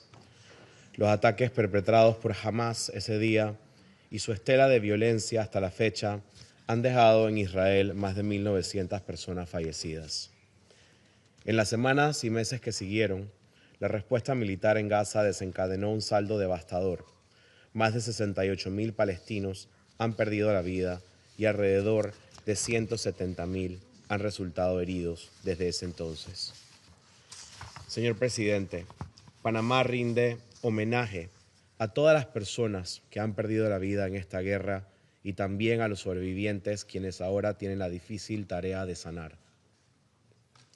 Por respeto a su memoria y a su sacrificio, lo mínimo que debemos hacer es sostener y mantener el alto al fuego alcanzado bajo el liderazgo del presidente de los Estados Unidos, Donald Trump, así como de Qatar, Egipto y Turquía. Saludamos este avance, que aunque frágil, no es un fin en sí mismo, es el punto de partida para aliviar el sufrimiento de la población palestina en Gaza, liberar a los rehenes vivos e iniciar la devolución digna de los fallecidos, y abrir también ese espacio a la política de la paz y la dignidad humana. Panamá insta a Israel y a Hamas a respetar y cumplir íntegramente lo acordado en la mesa de negociación. La paz no llega sola, se construye con voluntad política, con decisiones y concesiones difíciles, muchas veces, y con mecanismos y acciones que generen confianza. Ningún cálculo político justifica prorrogar el sufrimiento y elegir la vida por encima de cualquier otra prioridad e interés particular.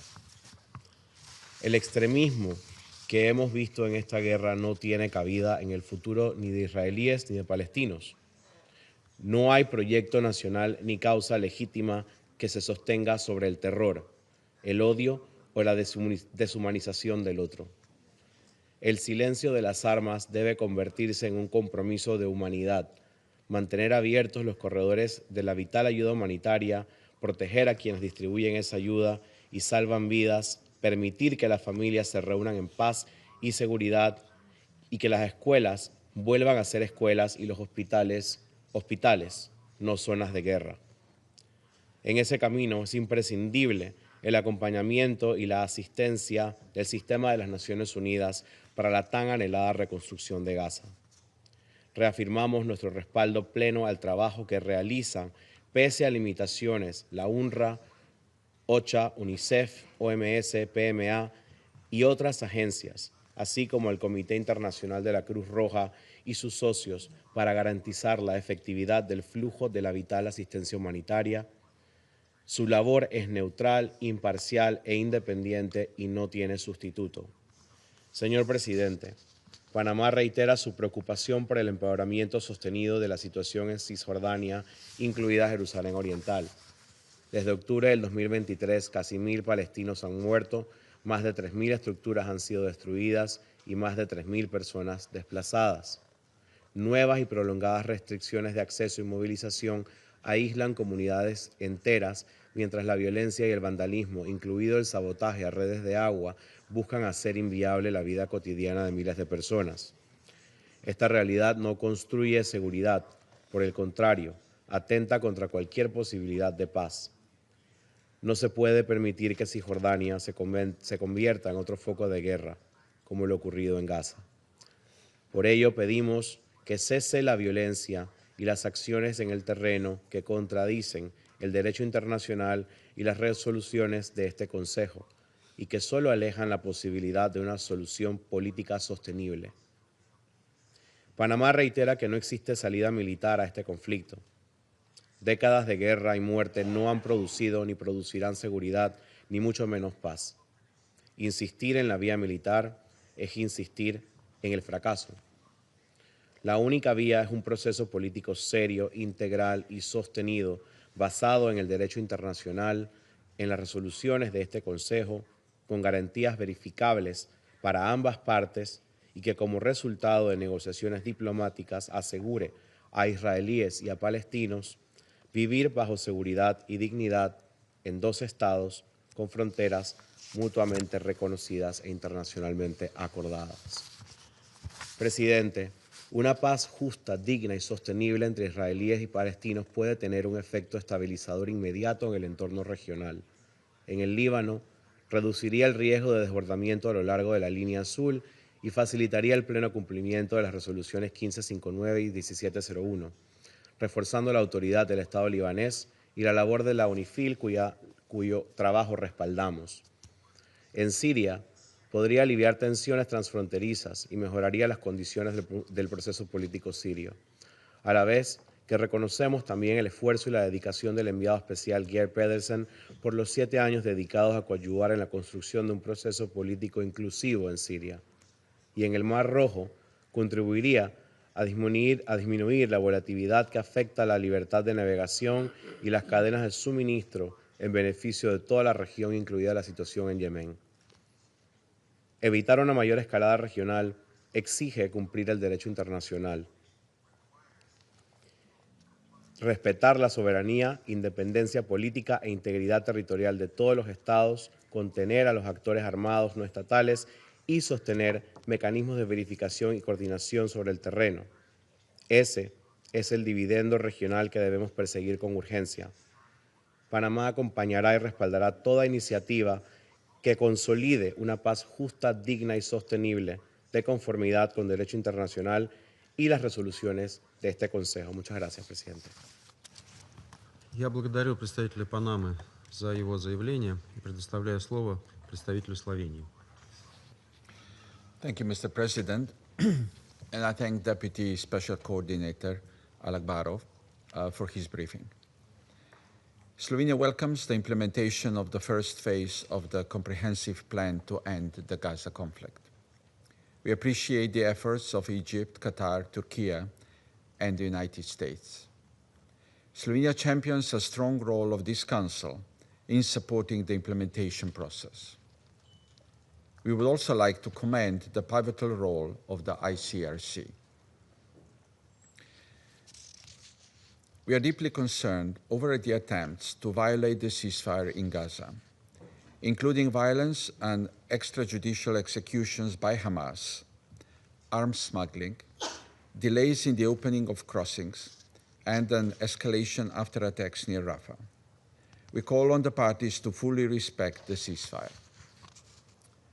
While the yellow line internally dividing Gaza should remain as short-lived as possible, arrangements for disarmament of Hamas and the setting up of international stabilization forces should proceed swiftly. Slovenia also remains profoundly concerned about the situation in the West Bank, including the discussions regarding annexation of the West Bank and the continuation of the Iron Wall operation. We call for de-escalation. We are appalled by the violence and the high number of killings, injuries, infrastructure damages, and displacement as well as settler attacks in the context of the olive harvest season. Colleagues, the ultimate goal of our efforts in the Middle East must be the two-state solution. In that sense, we strongly believe that visions provided by the President Trump's plan, the New York Declaration, and the Arab Plan for Reconstruction of Gaza should be complementary. We must ensure efforts of the international community are equally complementary. It is therefore important to strengthen the Palestinian Authority with the view of reforming and ensuring their governance in Gaza, as well as the West Bank, including East Jerusalem. Each country sitting at this table today has its own set of experiences and knowledge. While Slovenia has been consistent in our support to Palestinian people, to Palestinian Authority, and to UNRWA, we are willing to step up also with lessons learned from recent history of our region. The United Nations has a vast experience of establishing international interim administration in territories recovering from conflict. Kosovo and Bosnia and Herzegovina can serve as an inspiration for plans how to put up a civilian administration in Gaza, even if not directly coordinated by the United Nations. Mr. President, we welcome the 60-day humanitarian plan presented by the UN. Humanitarian needs in Gaza continue being tremendously high, and we continue calling for sustained, unimpeded, and at-scale aid and fuel delivery across the Strip. Safe operating space for humanitarian actors, including international NGOs, must include protection of aid workers operating on the ground, as well as the registration process based on humanitarian principles. We further call for restoration of infrastructure and opening of crossings to eliminate the persistent threat of famine, and for medical evacuations and returns. Medical needs in Gaza are enormous. Doctors and medical workers should be allowed to work unimpeded and without fear. We appeal to Israel to release from arbitrary detention the remaining medical staff from Gaza, including Dr. Abu Safia of Kamal Adwan Hospital. Gaza must also be free and safe space for journalists to work in. Mr. President, the road to healing is long and will likely be paved with fragile peace. It is our collective responsibility to nurture this fragile peace in becoming a just and lasting one. It must be firmly anchored in international law, which includes ensuring accountability of all parties for their actions. In this regard, Slovenia welcomes the work of the International Court of Justice in issuing the latest advisory opinion just yesterday. We underline that the advisory opinion, as an authoritative judicial decision with great legal weight and moral authority, must be studied carefully in order to give full effect to the interpretation of international law as provided by the court. Thank you. Я благодарю представителя Словении за его заявление и предоставляю слово представителю Китая. 谢谢主席。我感谢阿拉克巴罗夫副特别协调员的通报。加沙冲突延宕2年，造成前所未有的平民伤亡和人道灾难。近日，第一阶段停火协议终于达成，加沙战火得以平息，人质及被扣押人员获释回家，人道物资得以进入加沙，中方对此表示欢迎。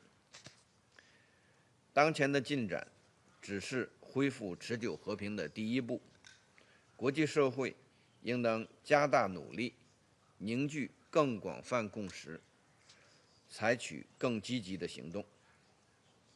第一，必须实现加沙持久停火。停火一旦实现，就不能再起新的战端。当前的停火应当成为全面持久停火的基础。但令人不安的是，违反协议的行为仍在发生，造成无辜平民伤亡。加沙的血腥冲突已反复警示我们，对话谈判是解决问题的唯一出路，以暴制暴只会陷入恶性循环。中方呼吁有关各方全面遵守停火协议要求，推动实现真正的全面持久停火，确保加沙重获安全与稳定。第二，必须尽快缓解加沙人道灾难。在长达2年的围困封锁下，加沙民众遭受了难以言状的苦难。当前人道援助虽有所恢复，但仍面临重重阻碍，紧迫的人道需求远未缓解。昨天，国际法院发布咨询意见，明确以色列有义务与联合国近东巴勒斯坦难民救济和工程处等机构合作，向加沙提供人道援助。以色列必须履行占领方的国际人道法义务，开放全部过境点，保障人道物资大规模进入加沙和安全有序分发，解除对工程处等人道机构开展援助的限制。第三，必须妥善推进加沙战后安排。加沙是巴勒斯坦人民的家园，不是国际政治的筹码。任何关于加沙未来的安排，都必须坚持8人制8，这一国际社会业已达成的共识。都需要尊重巴勒斯坦人民的意愿。经过2年的狂轰滥炸，加沙满目疮痍，无法居住，必须尽快开启重建，恢复民生。我们欢迎埃及等地区国家为推动加沙重建的努力，国际社会应当为加沙重建提供积极的支持和帮助。第四，必须重建2国方案的政治前景。落实2国方案是解决巴勒斯坦问题的唯一可行出路，不可替代，不容否定。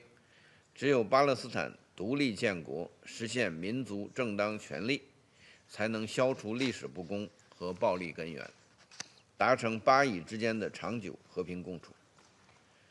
以色列必须停止在约旦河西岸的定居点活动，停止破坏巴勒斯坦民族权力机构的治理基础。国际社会应当汇聚努力，共同反对破坏2国方案基础的单边行动，支持巴勒斯坦早日独立建国，并成为联合国正式会员国。主席，安理会承担着维护国际和平与安全的首要责任，应当为维护加沙和平与稳定发挥积极作用。中方愿同国际社会一道，为推动全面持久停火、缓解人道灾难、落实2国方案，最终实现巴勒斯坦全面公正持久解决做出不懈努力。谢谢主席。Я благодарю представителя Китая за его выступление. Сейчас предоставляю слово представителю Сомали.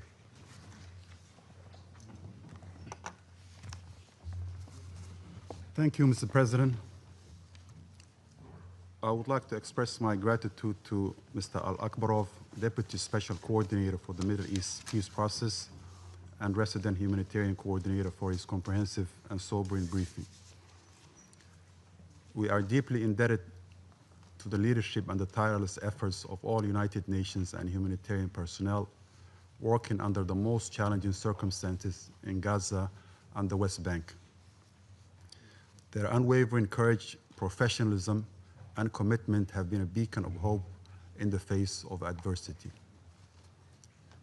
Mr. President, the agreed ceasefire brings much needed relief from active hostilities and silences the guns. But the profound suffering endured by affected communities continues. The devastation of the conflict is staggering. Over 65,000 lives have been lost, primarily women and children, while millions have been displaced. Basic infrastructure lies in ruins, and entire communities are traumatized by the violence and loss they have endured. Over 90% of homes in Gaza have been damaged or destroyed. The extent of destruction to property and infrastructure is almost unimaginable, leaving most families without basic services or even a place to return to. It would take decades, if not more, to fully repair and inhabit again. The situation in the West Bank, including East Jerusalem, is equally alarming. This year has witnessed a significant increase in Israeli military operations, resulting in the loss of numerous Palestinian lives and injuries. Thousands of structures and essential infrastructures have been demolished, often justified as security operations. Tens of thousands have been displaced from their homes, with refugee camps like Jenin, Nur Shams, and Tulkarum bearing the brunt of devastating destruction. Simultaneously, there have been a notable rise in the settler violence, accompanied by further settlement expansion. These developments not only violate international law, but also diminish the prospect of the two-state solution. Mr. President, the road ahead is arduous and long, and the international community must rise to this challenge with urgency, unity, and a clear vision. In that context, I would like to propose the following. First, consolidating and safeguarding the ceasefire must remain a priority. Somalia commends the mediation efforts by the United States, Egypt, Turkey, and Qatar, which have been instrumental in achieving the current cessation of hostilities. This should not be only a matter of restraint. It requires robust international monitoring and accountability mechanism under UN auspices in order to support trust and adherence to the ceasefire. Second, humanitarian access must be ensured and expanded without a delay. We welcome the recent ICJ advisory opinion that Israel, as the occupying power, has obligation to uphold international humanitarian law. UN agencies, particularly UNRWA, WFP, and UNICEF, continue to face significant challenges, including delays at crossings, underfunding, and threat to their personnel. The unimpeded delivery of essential supplies such as food, medicine, and fuel to those in need should be treated as a legal and moral obligation, not as a concession. Third, a comprehensive reconstruction plan must be launched urgently. The unprecedented scale of destruction necessitates a coordinated and well-resourced approach led by the United Nations and supported by regional and international partners. Essential services, including water, electricity, healthcare, and education, must be restored promptly. Homes and livelihood must be rebuilt. The voices and needs of those most affected, particularly women and children, must guide our efforts, ensuring that dignity and hope are restored alongside physical infrastructure. Fourth and last point, there is a clear need to revitalize a credible political process. Somalia has taken note of the recent US peace plan and encourages all parties to engage in a constructive, inclusive dialogue that respects international law and United Nations resolutions. Addressing fundamental issues such as the long-standing occupation and ongoing settlement activities and collective punishment remains essential for achieving a just and lasting peace. To conclude, Mr. President, we reaffirm our unwavering solidarity with the Palestinian people in their pursuit of freedom, dignity, and justice. This truce must not be a mere pause in violence, but the beginning of a sustained effort to heal, rebuild, and chart a course toward lasting security and hope for all. Somalia reiterates its steadfast support for the realization of an independent and sovereign state of Palestine with Al-Quds al-Sharif as its capital in accordance with international law and relevant United Nations resolutions. Our delegation stands ready to work with the international community to ensure that this opportunity is not lost and that peace in the occupied Palestinian territory and the wider regions becomes not just a possibility, but a reality. I thank you. Я благодарю представителя Сомали за его выступление. Сейчас предоставляю слово представителю Сьерра-Леоне. Thank you, Mr. President. And I thank the Russian Federation Presidency for elevating this meeting into a signature event. Mr. President, I thank the Deputy Special Coordinator for the Middle East Peace Process, Mr. Rames Alakbarov, for his important briefing. I welcome the participation of the representatives of the State of Palestine, the State of Israel, and other delegations in this meeting. At the outset, we note that while aspects of the regional situation in the Middle East show signs of improvement, conditions remain highly volatile. In Yemen, Houthi attacks on shipping and Israeli targets have prompted retaliatory strikes, heightening fears of a broader Red Sea and Gulf escalation. In Lebanon, a fragile truce faces pressure amid airstrikes and displacement, against a background of political and economic fragility. Nonetheless, recent steps to reinvigorate inter-Lebanese dialogue and sustain core governance functions warrant recognition and support. In Syria, continuing hostilities in the north, coupled with protracted economic distress and grave human rights concerns, continue to impede prospect for durable stabilization. Nevertheless, the vision outlined by President Ahmed al-Shara in his address to the General Assembly in September of a new Syria anchored in peace, prosperity, and development, and underpinned by commitments to reform, national dialogue, and justice, together with ongoing political engagement and localized understanding, merit support. The present circumstances offer openings for confidence building and progress towards peace that should be carefully nurtured.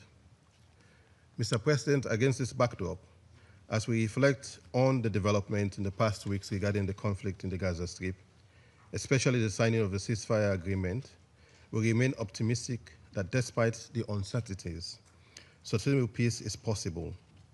The bold leadership and political commitment demonstrated by the international community are undoubtedly contributing to the transformation of the region, thus providing relief and hope to Israeli and Palestinian civilians. For 2 years, following the heinous attack of 7th October 2023, which killed approximately 1,200 people in Israel, violence and devastation engulfed the region. In Gaza, the cumulative toll has been catastrophic, with more than 67,000 Palestinians reportedly killed as of early October 2025, amid widespread destruction and acute humanitarian need. These figures underline the human cost of this conflict and the urgency of consolidating the fragile cessation of hostilities now in place. In recent days, we have seen resilience and a measure of hope. Starved and traumatized civilians have begun to move back towards areas they once called home, now mountains of rubble and despair, seeking to establish a semblance of life and dignity. United Nations updates report significant internal movement within Gaza since the truce took effect, underscoring the imperative to provide safe access, essential services, and protection for returning civilians. In light of the foregoing, and at this critical juncture, with the promising prospect of achieving a lasting ceasefire and peace, Sierra Leone would like to make the following 4 points. Firstly, we welcome the agreement between Israel and Hamas following indirect talks mediated by Egypt, Qatar, Turkey, and the United States, and note with relief the release of all 20 remaining living Israeli hostages, alongside the release of over 1,800 Palestinian detainees, in line with initial terms of the truce. We commend the tireless efforts of the mediators and the humanitarian actors, including the ICRC, in facilitating these outcomes. The current truce, though fragile, must be leveraged to faithfully implement phase 1 of the agreement. upholding the cessation of hostilities, ensuring the full, safe, and unimpeded delivery of humanitarian assistance, and enabling freedom of movement for civilians and humanitarian workers. We accordingly denounce the incident reported on 19th October 2025 that violated the ceasefire and resulted in additional civilian casualties. All parties must refrain from any provocation or violation that could derail progress or imperil civilians. Phase 2 negotiations should commence in good faith without delay, with clear timelines and monitoring to build confidence. Outstanding concerns must be addressed to consolidate calm across Gaza and the West Bank, including East Jerusalem. Secondly, humanitarian access and recovery must also be scaled up decisively.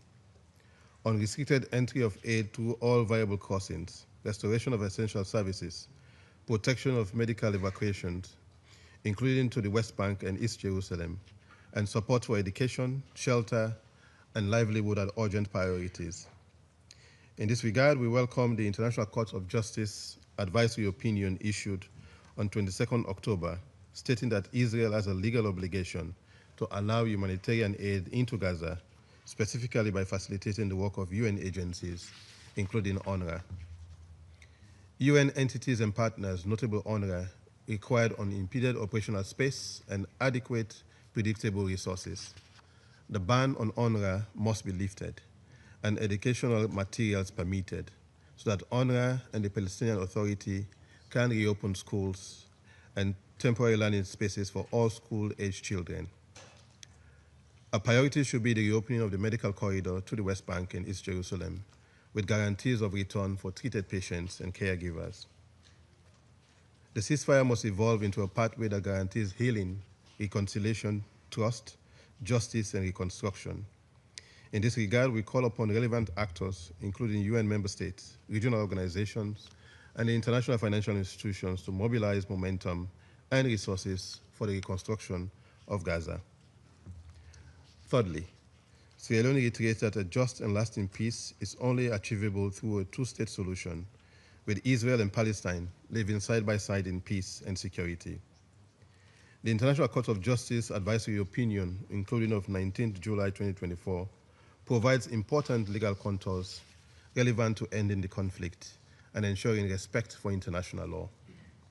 The New York Declaration on the Peaceful Settlement of the Question of Palestine and the implementation of the two-state solution, overwhelmingly endorsed by the General Assembly on 12 September 2025, offers a political framework to advance that vision. We further take note of the recent political initiatives, including President Trump's comprehensive peace plan and the Sharm el-Sheikh Peace Summit, and other proposals as input for future dialogue, while underscoring that the inalienable right of the Palestinian people to self-determination and statehood must remain central to all engagement. Peace in Gaza must be matched by stability in the West Bank, including East Jerusalem, where tensions have heightened since 21st January 2025 due to Israel's Operation Iron Wall, with a focus on counterterrorism measures. This operation, coupled with settler violence, demolitions, and seizures of Palestinian-owned properties, together with severe movement and access restrictions, have hampered civilians and impeded humanitarian work. These dynamics must be addressed to prevent further deterioration and to maintain the viability of a negotiated two-state solution. We are concerned by reports that the bill applying Israel's domestic law to the occupied West Bank, an act equal to formal annexation of Palestinian territory, has received preliminary approval in the Knesset. While this may be the first of 4 required readings before it becomes law, such a step undermines efforts to build confidence, sustain the ceasefire, and preserve a credible path towards a just and lasting peace. For the avoidance of doubt, the occupation remains illegal under international law, and any measure that seeks to alter the demographic, legal, or territorial status of occupied Palestinian territory are equally without legal validity and constitute a clear violation of international law and relevant UN resolutions. Fourthly and finally, decisions about Palestine must include Palestinians their institutions, leadership, and civil society in ways that ensure ownership, legitimacy, and consent. No durable settlement can be achieved without the full and meaningful participation of the Palestinian people in shaping their future. In closing, Mr. President, this Council should continue to support the parties and the mediators to ensure the full implementation of all phases of the agreement, uphold international law, and advance accountability for violations against civilians. A detailed briefing to the Council on the agreement's implementation will assist in sustaining focus and ensuring compliance. Sierra Leone will continue to support efforts in the Council to sustain the present calm, relieve humanitarian suffering, and help lay the groundwork for a comprehensive, just, and lasting peace. I thank you. Я благодарю представителя Сьерра-Леоне за его выступление. Сейчас предоставляю слово представителю Республики Корея. Thank you, Mr. President. I would also like to thank Deputy Special Coordinator Alakbaro for his comprehensive briefing. Mr. President, the Republic of Korea welcomes the release of hostages in Gaza, as well as the implementation of the ceasefire earlier this month, and commend the enormous efforts by mediating countries, the US, Qatar, Egypt, and Turkey. We also appreciate the efforts made by President Trump to promote peace in the Middle East, as shown in the comprehensive plan to end the Gaza conflict and the Trump Declaration for Enduring Peace Prosperity.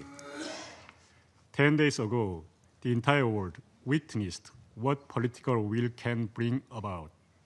All 20 living hostages who have been brutally held by Hamas for 2 years were finally reunited with their beloved ones, including those who briefed the Security Council in this chamber.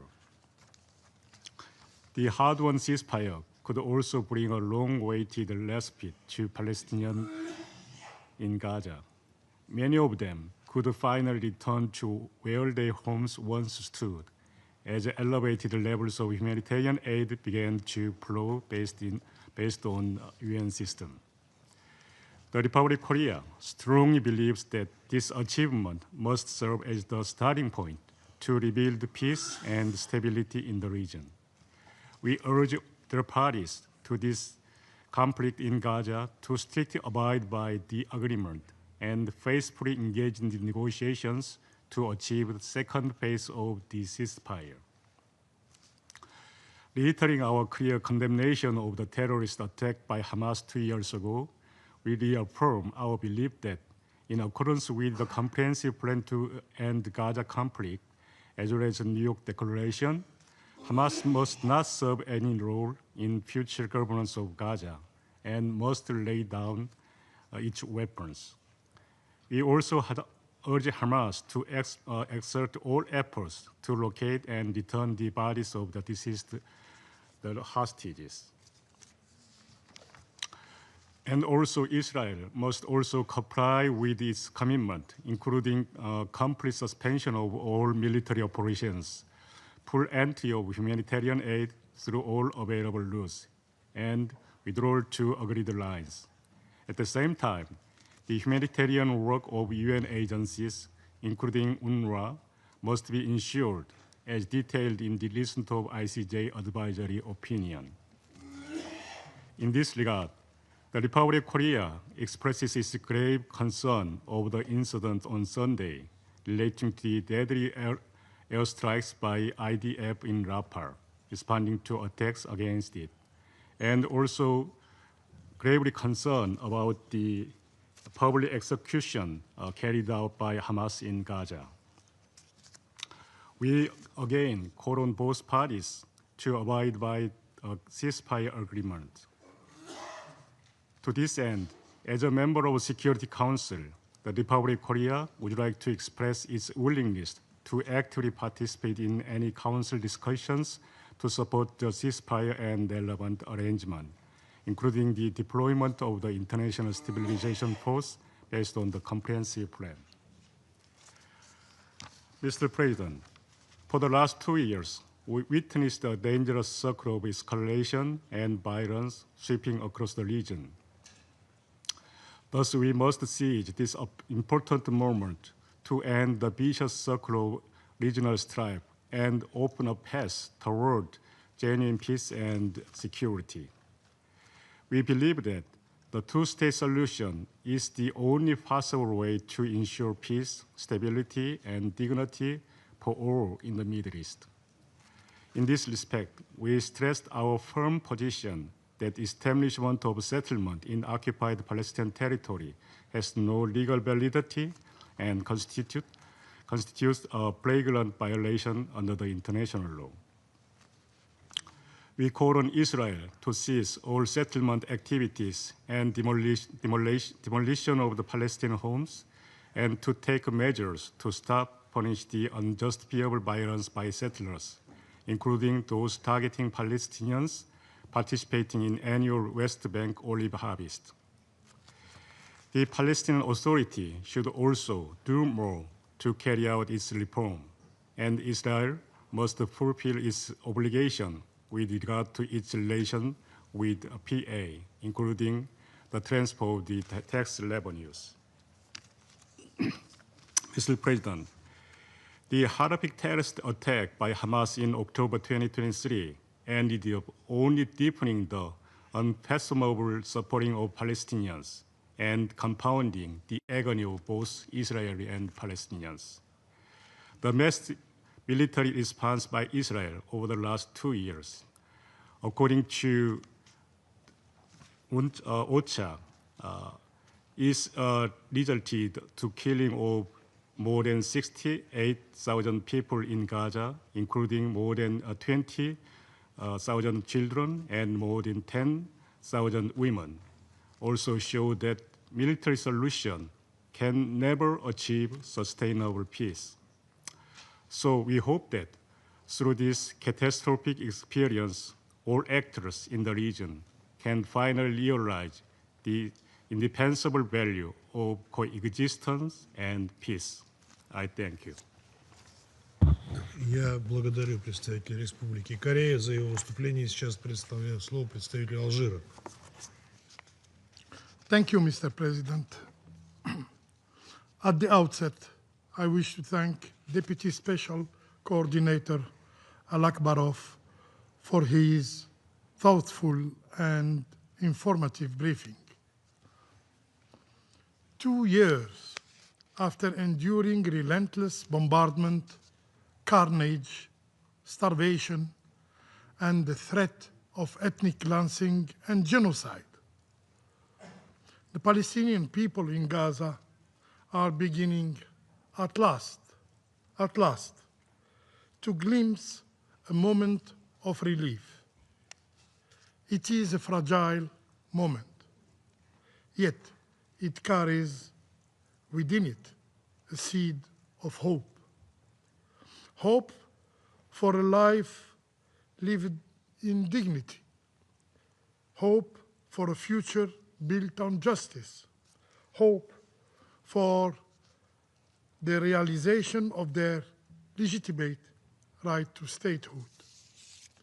In this regard, we welcome the tireless effort of the mediators, the United States, Egypt, Qatar, and Turkey, whose dedication helped bring about the ceasefire, release of the hostages, and exchange of Palestinian prisoners.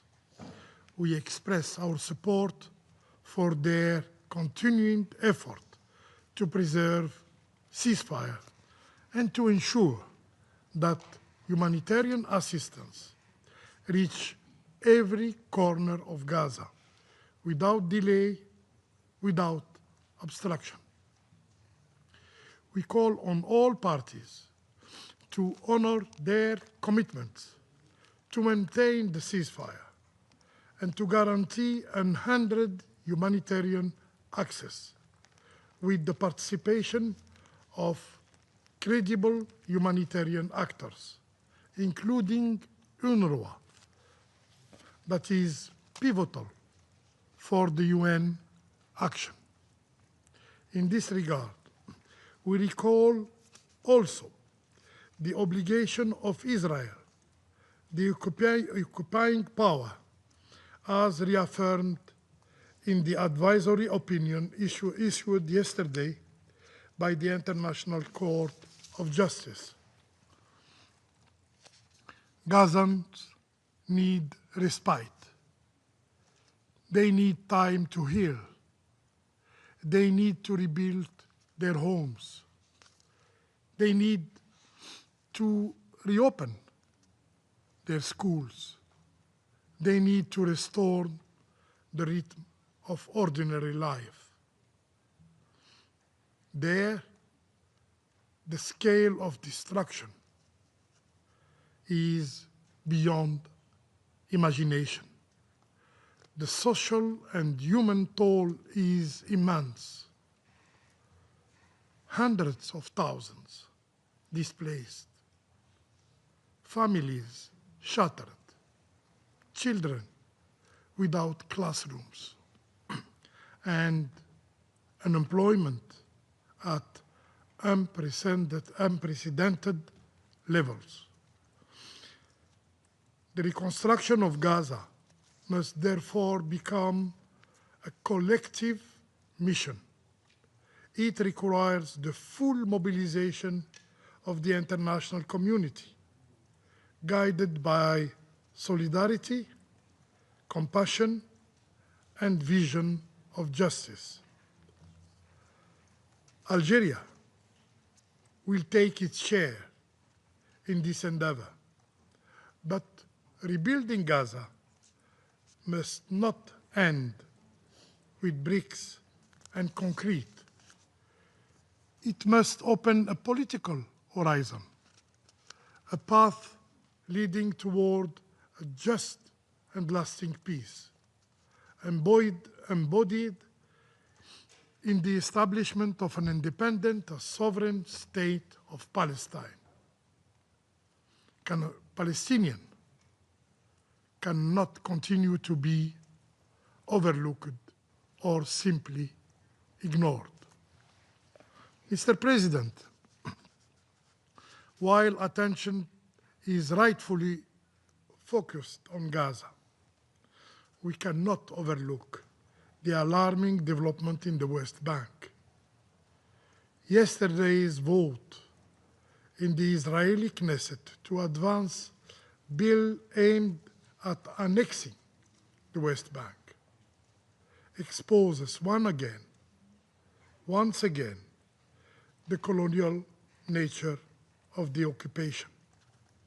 It represents a blatant attempt to legitimize settlements in flagrant violation of international law and also of relevant Security Council resolution. We strongly condemn these actions and call upon the international community, and in particularly this Council, to uphold its responsibility to safeguard the prospect for a just and viable two-state solution. Continuing settlement expansion, settler violence, and annexation measures are gravely endangering peace efforts and undermining the very basis of a future Palestinian state.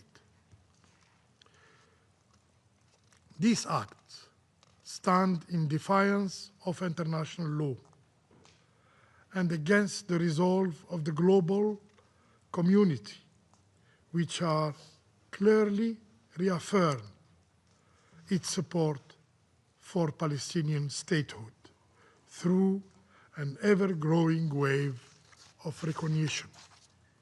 Mr. President, what is now required is the launch of a serious, credible, and time-bound peace process, one that leads without ambiguity, without delay, to the realization of the state of Palestine. Returning to the statu quo before October 7 is not acceptable. Returning to the blockade is not acceptable. Returning to the denial of Palestinian rights is not acceptable. Impunity and disregard for international law are not acceptable. Justice, freedom, peace, and dignity for the Palestinian people are not only necessary, they are inevitable. I thank you. Я благодарю представителя Алжира за его выступление. Сейчас предоставляю слово представителю Греции. Thank you, President. And thank you, Deputy Special Coordinator Al-Barov, for your briefing. At long last, a ceasefire is now in place in Gaza and the hostages are now free. Under President Trump's leadership and with tremendous international engagement, the participation of the Greek Prime Minister in the Peace Summit in Egypt demonstrates Greece's important commitment in the day after developments. A positive momentum now exists in Gaza.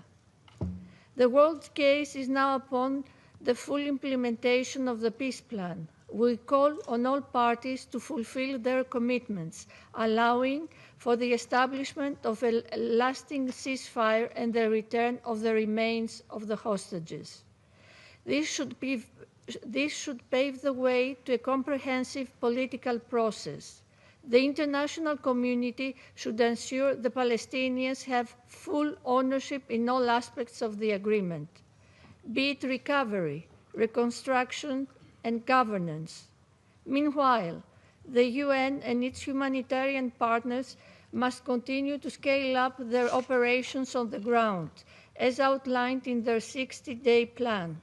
Additional food parcels are being distributed and additional bakeries are now functional. However, far greater volumes are needed.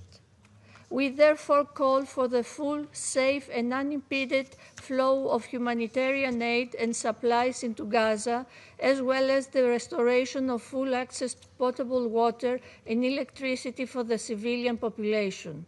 In this regard, we look forward to the reopening of the Rafah border crossing, which can greatly facilitate the inflow of humanitarian aid at scale across the Strip. The role of the UN and its agencies remains crucial and irreplaceable, as confirmed by the advisory opinion of the ICJ issued yesterday. Notably, the role of UNRWA, toward which Greece has consistently contributed and has recently increased its contribution as it advances along the implementation of the Colonna recommendations. Similarly, we support initiatives such as the Cyprus-led Almathea Maritime Humanitarian Corridor. They can effectively contribute to the direct delivery of humanitarian aid complementing land routes.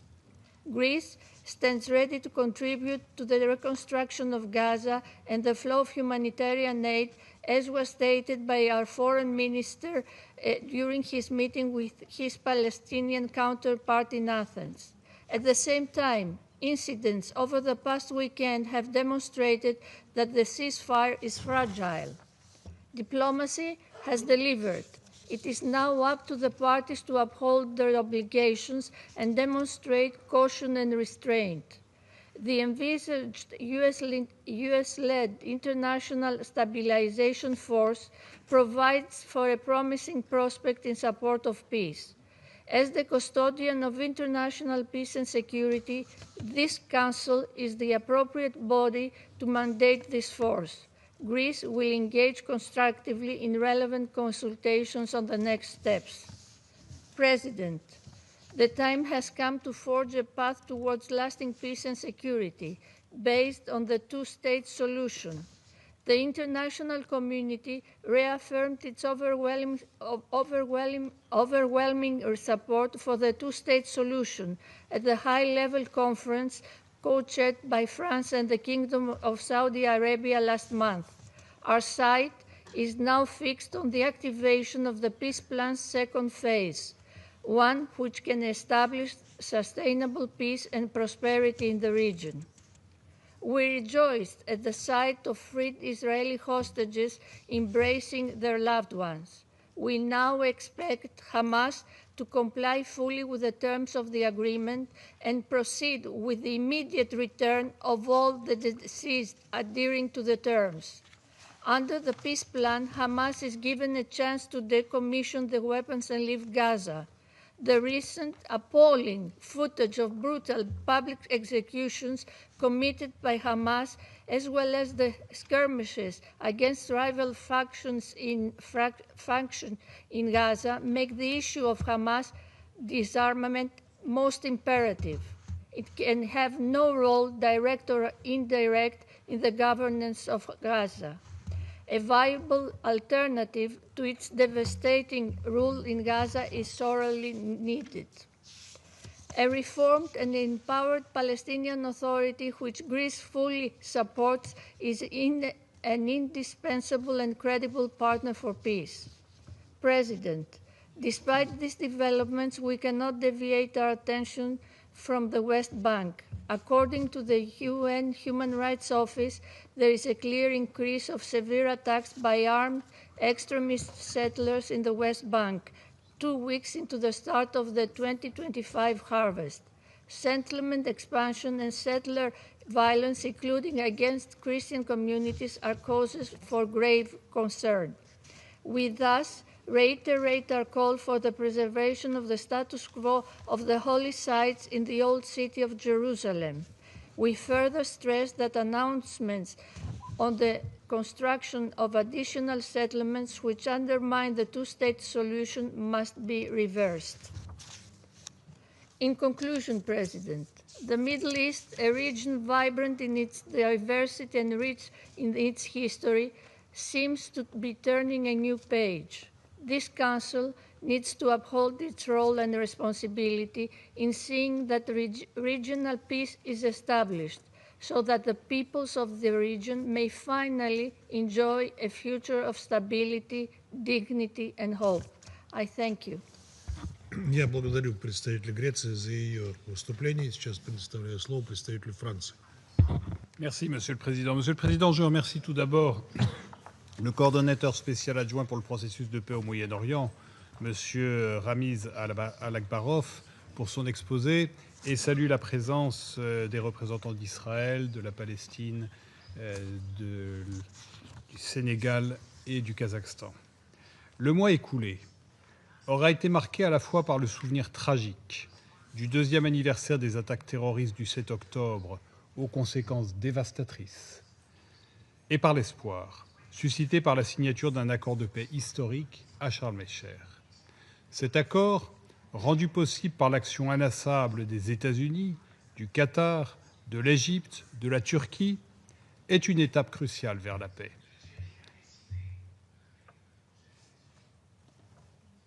Il ouvre une perspective, un cessez-le-feu permanent, la libération de tous les otages et un accès humanitaire immédiat et sans entrave. Il crée les conditions de la paix et de la mise en œuvre de la solution à 2 États. Les 2 parties doivent saisir cette chance historique.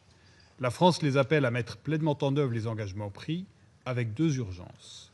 Le Hamas doit restituer sans délai les dépouilles des otages israéliens à Gaza et cesser ses actions armées, à commencer par les exécutions sommaires que la France a vigoureusement dénoncées. Israël doit permettre l'entrée massive de l'aide humanitaire par le biais des Nations Unies et des ONG internationales.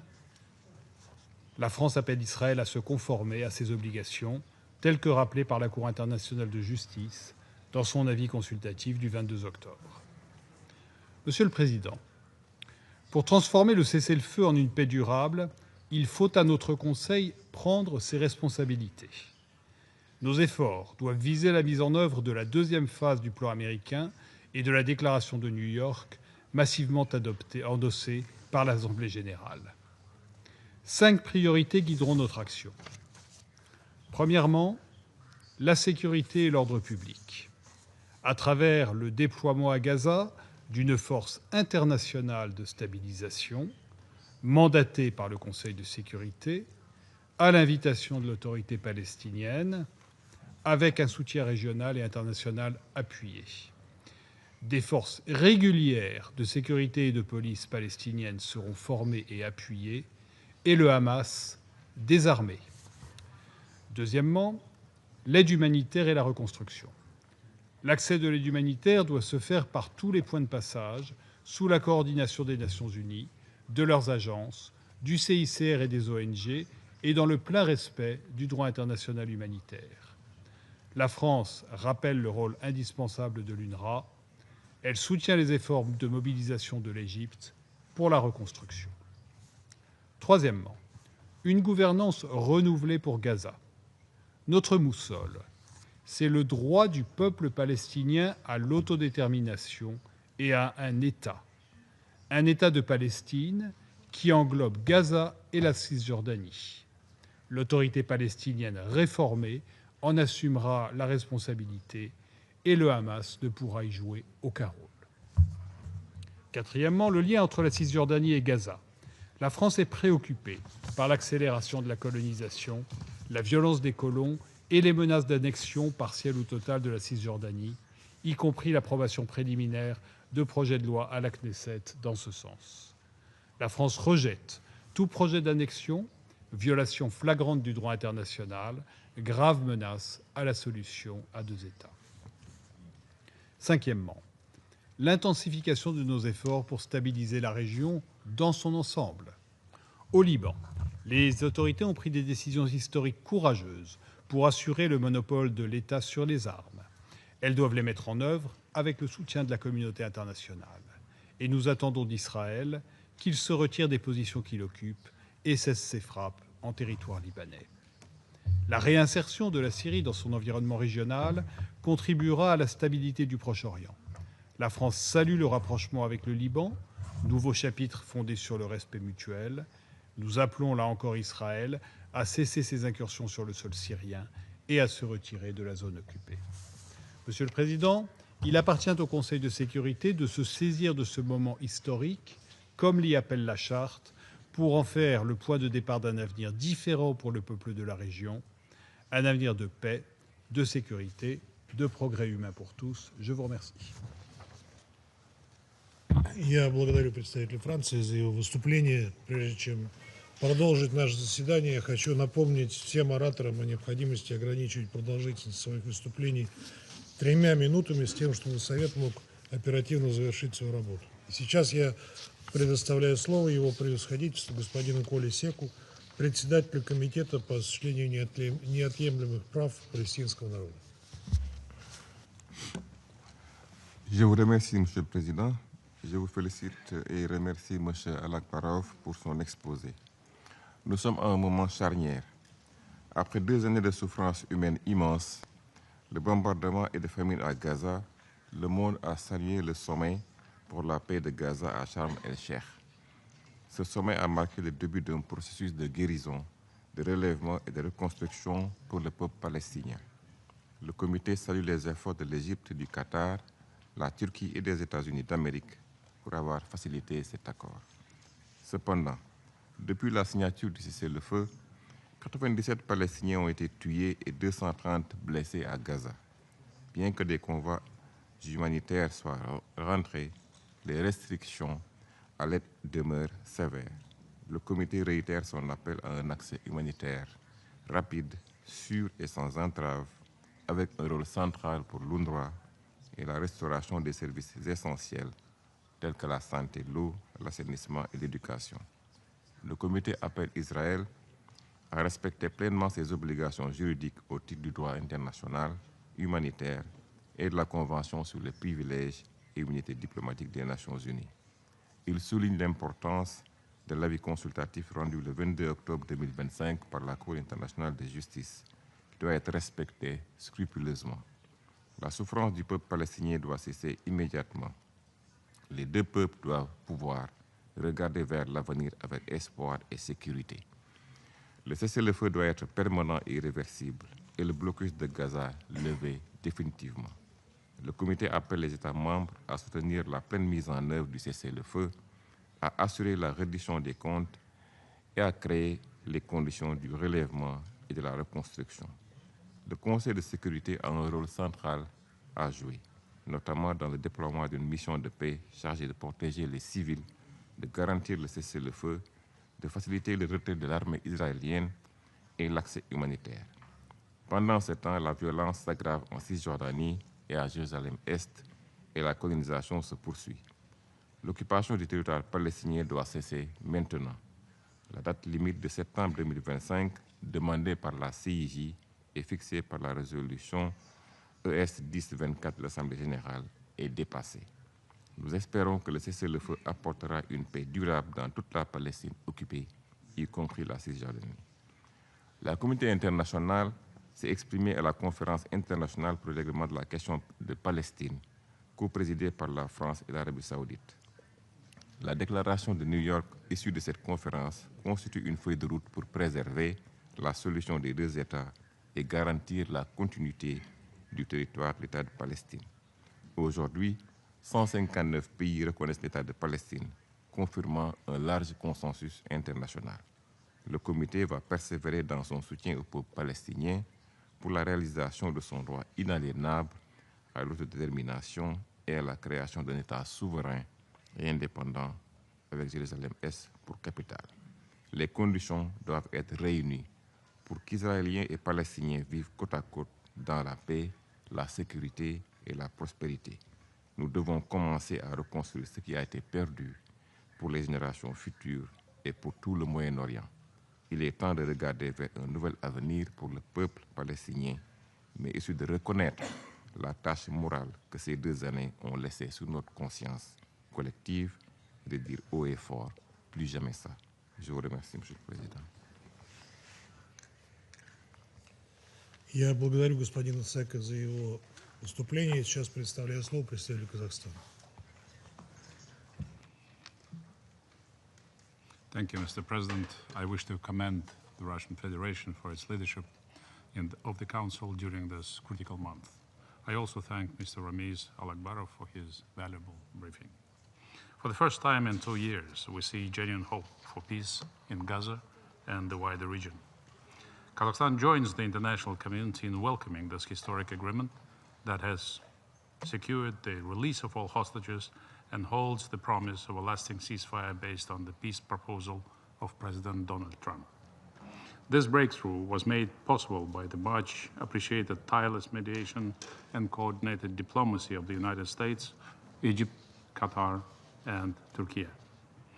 Kazakhstan welcomes the constructive outcome of the last week's high-level summit in Sharm el-Sheikh with its collective commitment to fully implement the ceasefire agreement through comprehensive political negotiations, resulting in a sustainable solution in the Middle East.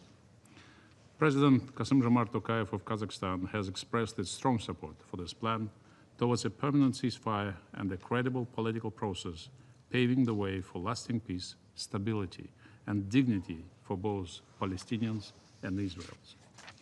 We also welcome the successful conclusion of the high-level conference on the two-state solution and the adoption of New York Declaration under the able leadership of France and Saudi Arabia.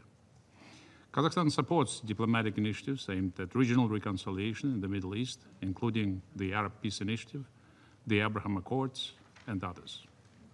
We reaffirm the vision of two independent and sovereign states, Israel and Palestine, living side by side in peace and security within the pre-1967 borders and with East Jerusalem as the capital of the state of Palestine. Mr. President, we acknowledge the vital contribution of the United Nations under the leadership of the Secretary General in facilitating the implementation of the agreement and supporting the recovery and reconstruction of Gaza. We support the statement of Secretary General on ICJ's advisory opinion. The humanitarian situation in Gaza remains grave, and sustained efforts are needed to ensure unimpeded access to aid and other services.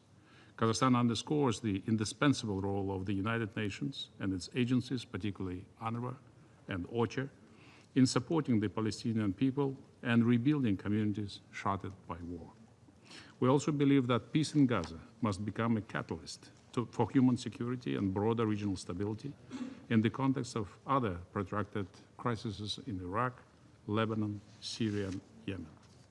Finally, Kazakhstan reaffirms its readiness to continue constructively to achieve a comprehensive, just, and lasting peace in the Middle East in full accordance with the UN Charter. I thank you. Я благодарю представителя Казахстана за его выступление. Сейчас предоставляю слово представителю Египта. خالص الشكر سيد الرئيس. بداية نتوجه بالشكر إلى روسيا الاتحادية على جهودها المقدرة في رئاسة المجلس هذا الشهر، وأثمن الإحاطات المقدمة اليوم بشأن الوضع في الشرق الأوسط. سيد الرئيس، لقد طالت التبعات السلبية للصراعات في الشرق الأوسط أمن واستقرار العديد من شعوب المنطقة، والتي تتساءل بشكل مشروع عن آفاق تسوية الأزمات المزمنة في المنطقة منذ عقود، وعن مصير وحقوق الأجيال الحالية والقادمة. وفي هذا السياق يجب ألا ندخر جميعا أي جهد لصياغة حلول لا رجعة فيها لتلك الصراعات، وفي القلب من تلك الجهود يقف مجلس الأمن وحده القادر على الاعتماد والإنفاذ، وتقف الأمم المتحدة القادرة على دعم التنفيذ. ومصر تعكف على تنفيذ ما تناديكم به انطلاقا من إيمانها بأن للجميع جذرا واحدا هو الانتماء للإنسانية.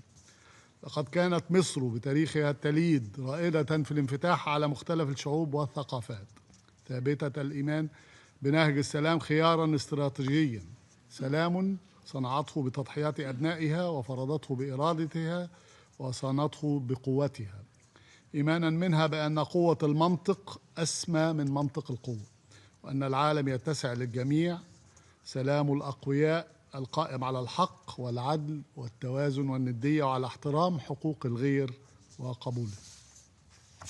مصر سيد الرئيس هي من كسرت الحاجز النفسي الرهيب بين العرب وإسرائيل عبر مبادرة شجاعة أطلقها الرئيس الراحل أنور السادات بزيارته التاريخية للقدس في نوفمبر 1977، فمدت يدها بالسلام متجاوزة حواجز كبلت المنطقة لعقود، بما عبر عن جوهر العقيدة المصرية في أن السلام هو الخيار الأمثل لصون الكرامة وتحقيق الأمن للجميع، وأن الشجاعة الحقة لا تكمن في خوض الحروب بل في صنع وبناء السلام على أسس العدل والتعايش المشترك.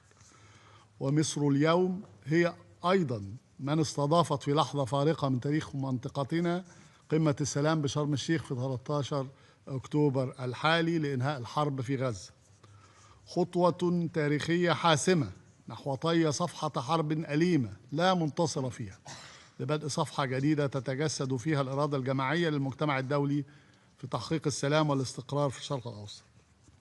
وتعرب مصر عن خالص الشكر والتقدير لجهود الولايات المتحدة الأمريكية بقيادة الرئيس ترامب وطرح خطته المقدرة والحكيمة لإنهاء الحرب في غزة وفتح آفاق تحقيق السلام والاستقرار.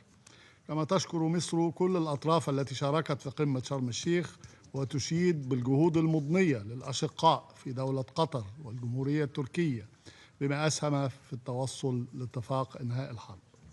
وتؤكد مصر عزمها مواصلة جهودها المكثفة في دعم تنفيذ اتفاق إنهاء الحرب، وتحذر من التبعات بالغة الخطورة ومغبة عدم الالتزام الحرفي بما تم التوصل إليه في قمة شرم الشيخ.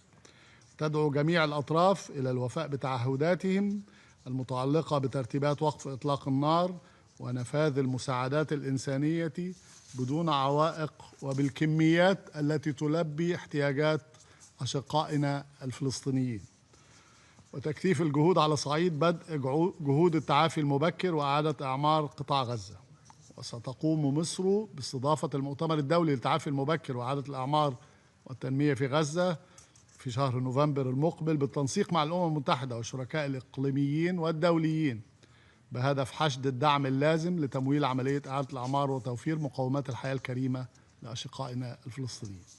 سيد الرئيس، أثبتت العقود الماضية أن استمرار الاحتلال وغياب الأفق السياسي لن يجلب سوى المزيد من الحروب، ولذا تدين مصر بأشد العبارات مصادقة الكنيست الإسرائيلي على مشروعي قانونين يهدفان إلى فرض ما يسمى بالسيادة الإسرائيلية على الضفة الغربية المحتلة وعلى المستوطنات الاستعمارية الإسرائيلية غير القانونية، باعتبار ذلك انتهاكا صارخا للقانون الدولي وقرارات الشرعية الدولية التي أدانت ولعقود جميع الإجراءات الإسرائيلية الرامية إلى تغيير التركيبة الديمغرافية وطابع قانوني للأرض الفلسطينية المحتلة منذ عام 67، بما في ذلك القدس الشرقية، وهو ما أكد عليه الرأي الاستشاري الصادر عن محكمة العدل الدولية في يوليو 2024، والذي قطع بعدم شرعية الاحتلال الإسرائيلي للأراضي الفلسطينية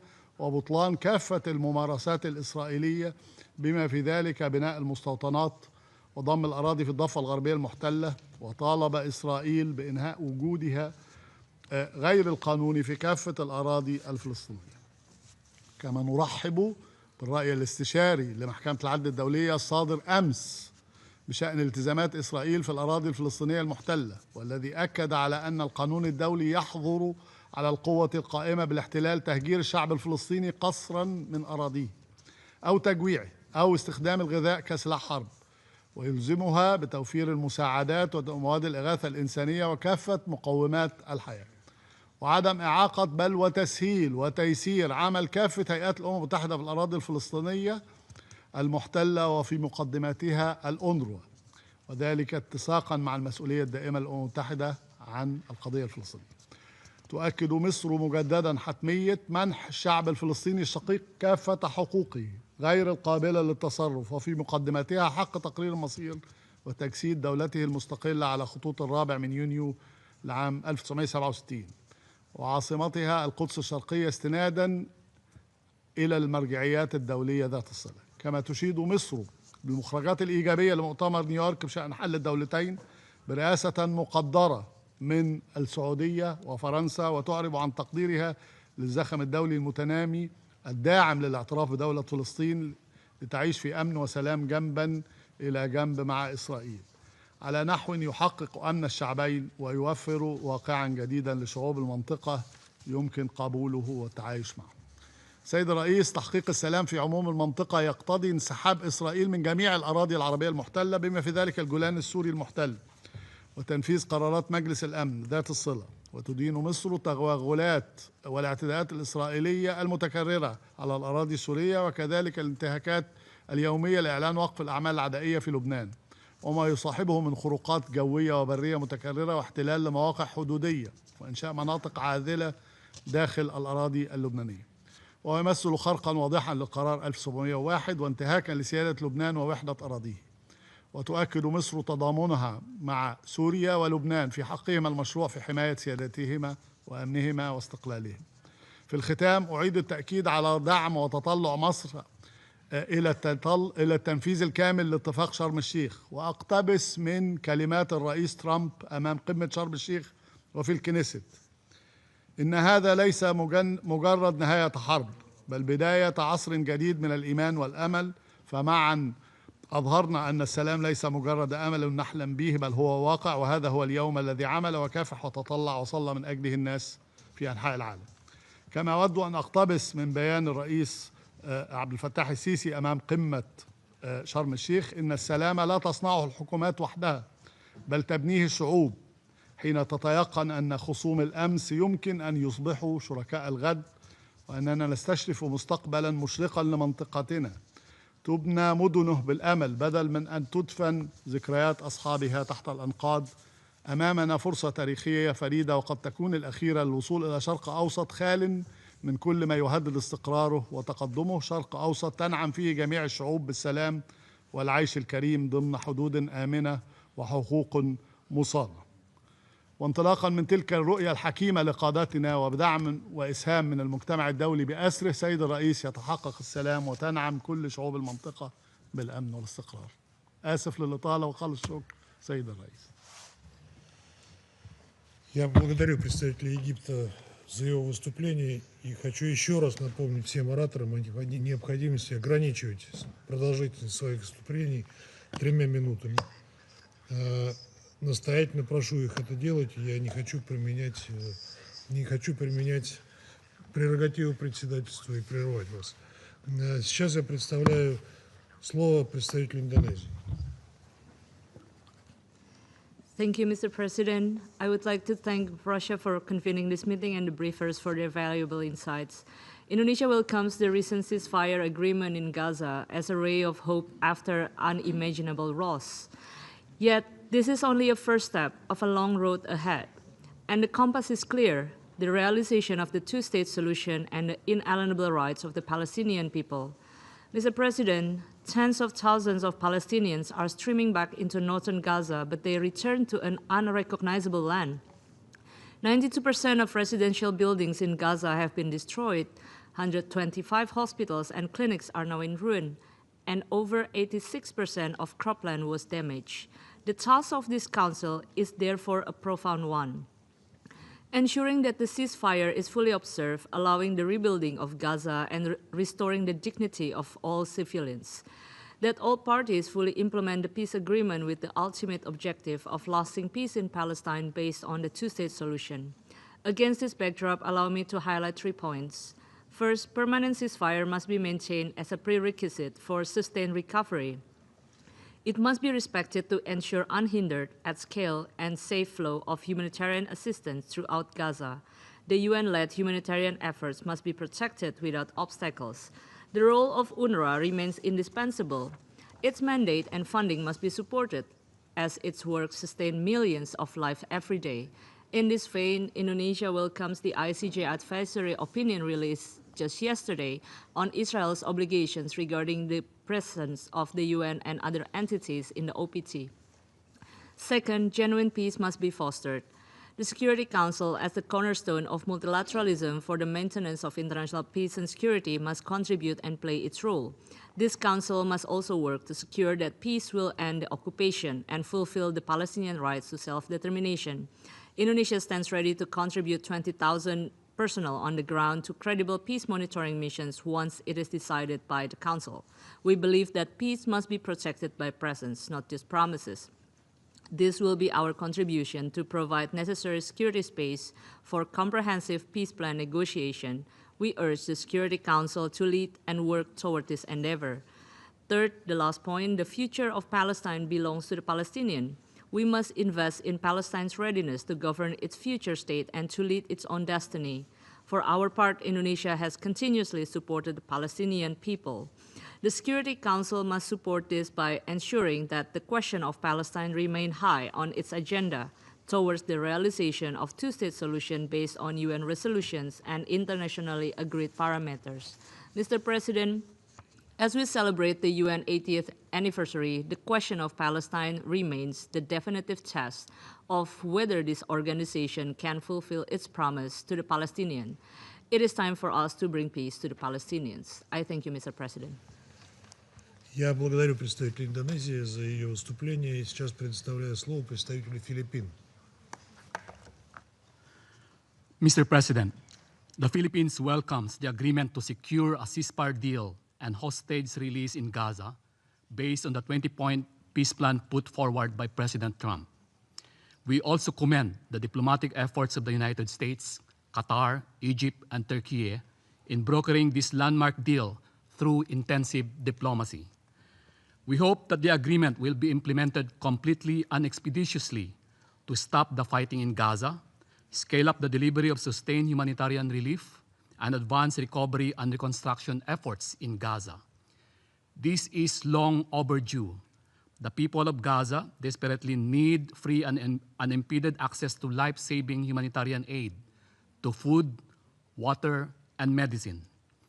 In this regard, we join the Secretary General's call for all stakeholders to seize this momentous opportunity to establish a credible political path forward towards ending the occupation, recognizing the right to self-determination of the Palestinian people, leading to a two-state solution to enable Israelis and Palestinians to live in peace and security. The adoption of the New York Declaration on the peaceful settlement of the question of Palestine and the implementation of the two-state solution should complement international efforts towards achieving a just and lasting peace in the Middle East. The Philippines joins member states in thanking France and Saudi Arabia for their commendable leadership in organizing the international conference that produced the New York Declaration. Mr. President, we recognize that the resolution of the Israeli-Palestinian conflict is key to the region's peace and stability. In this regard, the Philippines reiterates its support for international and regional diplomatic efforts to achieve a comprehensive, just, and lasting peace in the Middle East. The Philippines also reiterates its consistent support for the two-state solution as the most viable and long-term solution to the Palestine-Israeli conflict.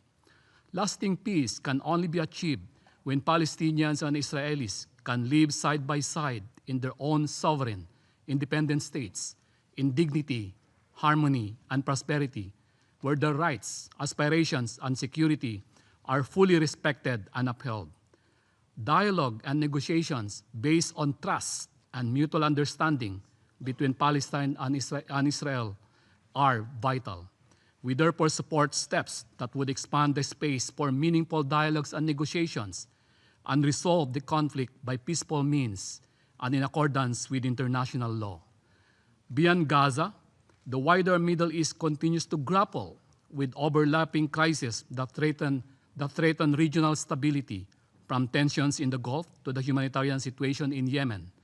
The Philippines calls on all parties to exercise restraint and engage in constructive dialogue to prevent further escalation. We continue to support diplomatic efforts that promote de-escalation, regional cooperation, and respect for international law. As a trusted partner, innovative pathfinder, and committed peacemaker, the Philippines is ready to play an active role in supporting all efforts among concerned parties and the United Nations to end conflicts and maintain international peace and security. Thank you, Mr. President. Я благодарю представителя Филиппин за его выступление. Сейчас предоставляю слово представителю Иордании.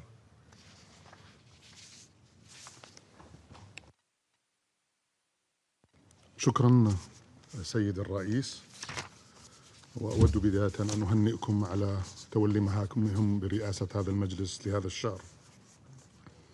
السيد الرئيس، تنعقد هذه الجلسة الهامة في مرحلة مفصلية تشهدها الأوضاع في الأراضي الفلسطينية المحتلة، وذلك في أعقاب التوصل للاتفاق الذي يقضي بإنهاء الحرب الإسرائيلية الوحشية التي استمرت لأكثر من عامين على غزة، والتي قتلت خلالها إسرائيل ما يزيد عن 68 ألف فلسطيني، ودمرت كل مقومات الحياة، ومنعت دخول المساعدات الإنسانية، واستهدفت بطريقة ممنهجة الصحفيين والعمال الإنسانيين والموظفين الأمميين. في ضوء ذلك اسمحوا لي أن أؤكد على النقاط الخمسة التالية. أولاً، يرحب الأردن بالتوقيع على وثيقة اتفاق غزة خلال قمة شرم الشيخ مؤخراً، ويثمن الدور الحاسم الذي اطلع به فخامة الرئيس الأمريكي في التوصل إلى اتفاق وقف إطلاق النار والتزامه بإنهاء الحرب وضمان تدفق المساعدات ومنع التهجير ودفع جهود إعادة الإعمار ومنع ضم الضفة الغربية وتعزيز مسار تحقيق السلام في المنطقة. ولا يسعنا إلا أن نعرب عن تقديرنا العميق للجهود الحثيثة للأشقاء في مصر وقطر وتركيا في التوصل لهذا الاتفاق.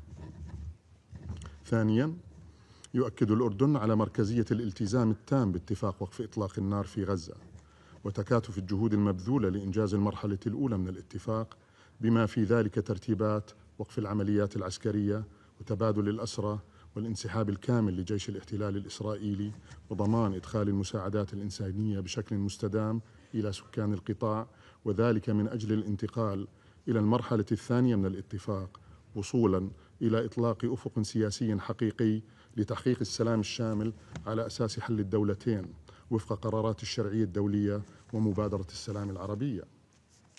ثالثاً، يؤكد الأردن على أهمية معالجة التبعات الكارثية التي خلفها العدوان الإسرائيلي على غزة، ونجدد في هذا المقام جاهزية الأردن في الاستمرار في الاطلاع بدوره الإنساني الفاعل في إيصال المساعدات إلى الأشقاء في غزة فور إزالة القيود الإسرائيلية المخالفة للقانون الدولي الإنسانية والمبادئ الإنسانية والإجراءات الاحترازية التي أمرت بها محكمة العدل الدولية. سيد الرئيس، ولا يسعنا كذلك إلا أن نؤكد على الوجود المحوري لوكالة الأونروا في أداء واجبها الذي لا غنى عنه في تقديم خدماتها الأساسية لنحو 5.5 مليون لاجئ في جميع مناطق عملها وفقا لتفويضها الأممي، وخاصة في غزة والأراضي المحتلة في أيامنا هذه. ونثمن في هذا السياق ونؤيد الرأي الاستشاري لمحكمة العدل الدولية أمس، والذي أكد أن إسرائيل ملزمة بأن تضمن الاحترام الكامل لحرمة مقرات الأمم المتحدة وحصاناتها بما في ذلك للأونروا، وأن تلتزم بضمان الاحترام الكامل للامتيازات والحصانات للعاملين في الأمم المتحدة، وكذلك والذي أكد كذلك على دور الأونروا المركزي الذي لا غنى عنه. رابعا، يدين الأردن مصادقة الكنيسة الإسرائيلي على مشروعي قانونين يهدفان إلى فرض ما يسمى بالسيادة الإسرائيلية على الضفة الغربية المحتلة وعلى المستوطنات الاستعمارية الإسرائيلية غير القانونية، انتهاكا صارخا للقانون الدولي ولقرارات مجلسكم الموقر هذا، وخاصة القرار 2334. ونجدد كذلك إدانتنا لاستمرار الاحتلال الإسرائيلي غير المشروع، والتي قضت محكمة العدل الدولية بالضرورة إنهائه فورا، ومواصلة الإجراءات والممارسات الإسرائيلية اللا شرعية في الأراضي المحتلة، وفي مقدمتها استمرار التوسع في الاستيطان وهدم المنازل ومصادرة الأراضي وإرهاب المستوطنين، فضلا عن الانتهاكات الإسرائيلية المستمرة للوضع القانوني والتاريخي القائم في القدس الشريف. وفي هذا الصدد سيستمر الأردن انطلاقا من الوصاية الهاشمية في الدفاع عن المقدسات الإسلامية والمسيحية في القدس الشريف وحمايتها. خامسا وأخيرا، نؤكد مواصلة المملكة لعملها بالتنسيق مع الأشقاء والشركاء الإقليميين والدوليين ومجلسكم الموقر هذا لإطلاق مسار جاد وفاعل نحو تحقيق السلام العادل والشامل القائم على أساس حل الدولتين، بما يضمن تلبية حقوق الشعب الفلسطيني كاملة وقيام دولته المستقلة ذات السيادة على خطوط 4 حزيران 1967 وعاصمتها القدس الشرقية، وهو حق وليس منة من أحد، سبيلا وحيدا لتحقيق الأمن والاستقرار في المنطقة. ولا يسعنا إلا أن نشدد على أهمية دور مجلسكم الكريم في تحقيق ذلك عملا بالمسؤوليات المنوطة بكم في صون السلم والأمن الدوليين وفقا لميثاق الأمم المتحدة. شكرا سيد الرئيس. Я благодарю представителя Иордании за его выступление. Сейчас предоставляю слово представителю Австрии. Thank you, Mr. President. Mr. President, Excellencies, colleagues, the latest developments in the Middle East give rise to a long-awaited sense of hope. Hope that many had already lost. Hope for the hostages and their families, that some of their wounds will heal someday after being held under inhumane and intolerable conditions by Hamas. Hope for the civilians in Gaza enduring unbearable suffering, many of them displaced multiple times and their livelihoods destroyed. And hope for all people in the Middle East that a different region and a different logic is possible. A region in which Israelis and Palestinians alike can live in two democratic states in peace, safety, prosperity, dignity, and the full enjoyment of their human rights. Austria therefore commends the leadership of the United States, as well as the contributions by Egypt, Qatar, Turkey, and others to end this horrible war and bring the hostages home. Austria stands ready to do its part for the implementation of the agreement and to forge a way forward towards peace. Let me highlight 3 points for the way forward. First, the deal must be implemented swiftly and fully. We express our sincere hope and expectation that all parties uphold their commitments in good faith and without delay. Life-saving humanitarian aid must reach every person in need in Gaza immediately and at scale. We welcome the efforts by the United Nations to deliver humanitarian aid as quickly as possible. The UN must be able to carry out their work without restrictions and impediments. Hamas must do everything to return the remains of all deceased hostages without any delay. Austria supports the envisioned stabilization mission for Gaza. The Security Council has an essential role to play and should provide the legal and political framework necessary to make this mission credible and effective. Second, Gaza needs our support in the medium term. The reconstruction will require massive and concerted efforts from many partners. Austria stands ready to contribute to these efforts, together with our European partners, partners from the region and beyond. But let me also be clear, Hamas has no place in Gaza's future governance. It must disarm and relinquish control once and for all. Austria, also via the European Union, will continue to support the Palestinian Authority to help address its most pressing needs, but also to build institutional capacities and implement its necessary reform agenda for the PA to take over the governance of Gaza in the medium term.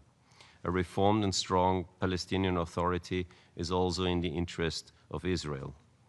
UNRWA will continue to be a stabilizing factor in the region, not least through the delivery of educational and health services until a comprehensive political arrangement has been reached.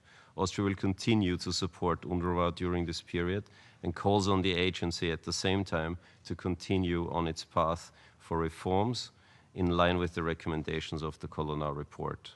And finally, on the long-term perspective for a two-stage solution, the only sustainable objective is a negotiated two-state solution in which two independent states, Israel and Palestine, live side by side in peace and security. The New York Declaration, drafted by France and the Kingdom of Saudi Arabia and endorsed by the General Assembly by over 140 votes, including Austria, provides an important framework for this long-term vision. Austria supports the Palestinian people's right to self-determination and the establishment of a democratic, viable, and contiguous Palestinian state, with Gaza as an integral part of this state. Unilateral actions that undermine this perspective, including the continued expansion of settlements in the West Bank, are violations of international law and must stop. Excellencies, Mr. President, Austria's commitment to peace, international law, and human dignity is unwavering.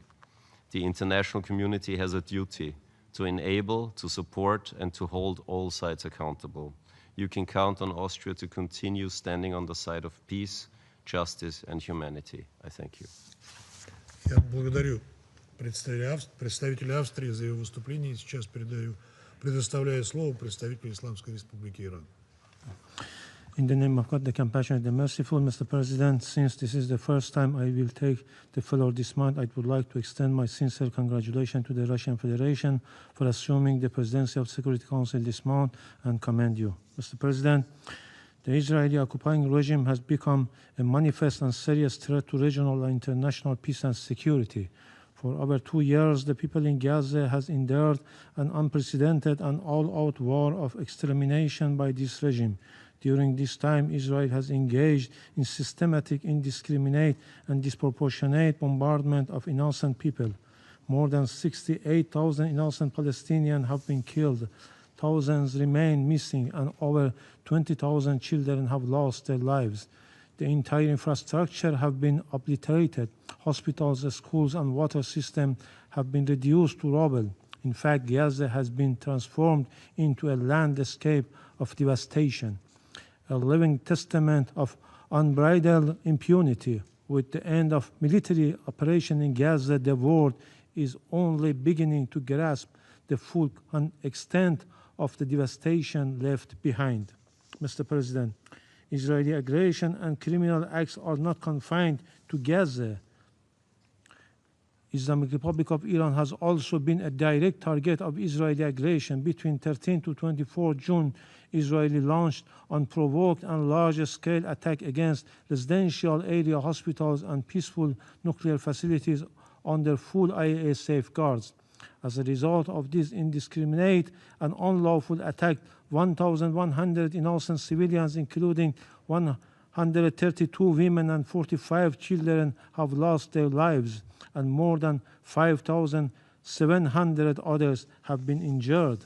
Mr. President, the Islamic Republic of Iran supports every credible initiative aimed at ending the genocide in Gaza, ensuring the complete withdrawal of the occupying forces, establishing a permanent ceasefire, facilitating the unhindered delivery of humanitarian aid, and restoring the inalienable and fundamental right of the Palestinian people. The ending war against people in Gaza, however vital, does not absolve member states and competent international bodies of their shared legal, moral, and humanitarian obligation to ensure justice and accountability. The perpetrators and masterminds of war crimes, genocide, and crimes against humanity must be prosecuted, and the decades-long culture of impunity surrounding the Israeli regime must finally end. In conclusion, Mr. President, I categorically reject the unfounded allegation made by the United States representative. Iran's foreign policy is firmly rooted in the UN Charter and international law, respecting sovereignty, territorial integrity, non-interference, and good neighborliness. It is, in fact, the unlawful military presence and destabilizing action of the United States that have fueled the conflict and instability in our region. Iran has consistently shown its readiness for fair, genuine dialogue.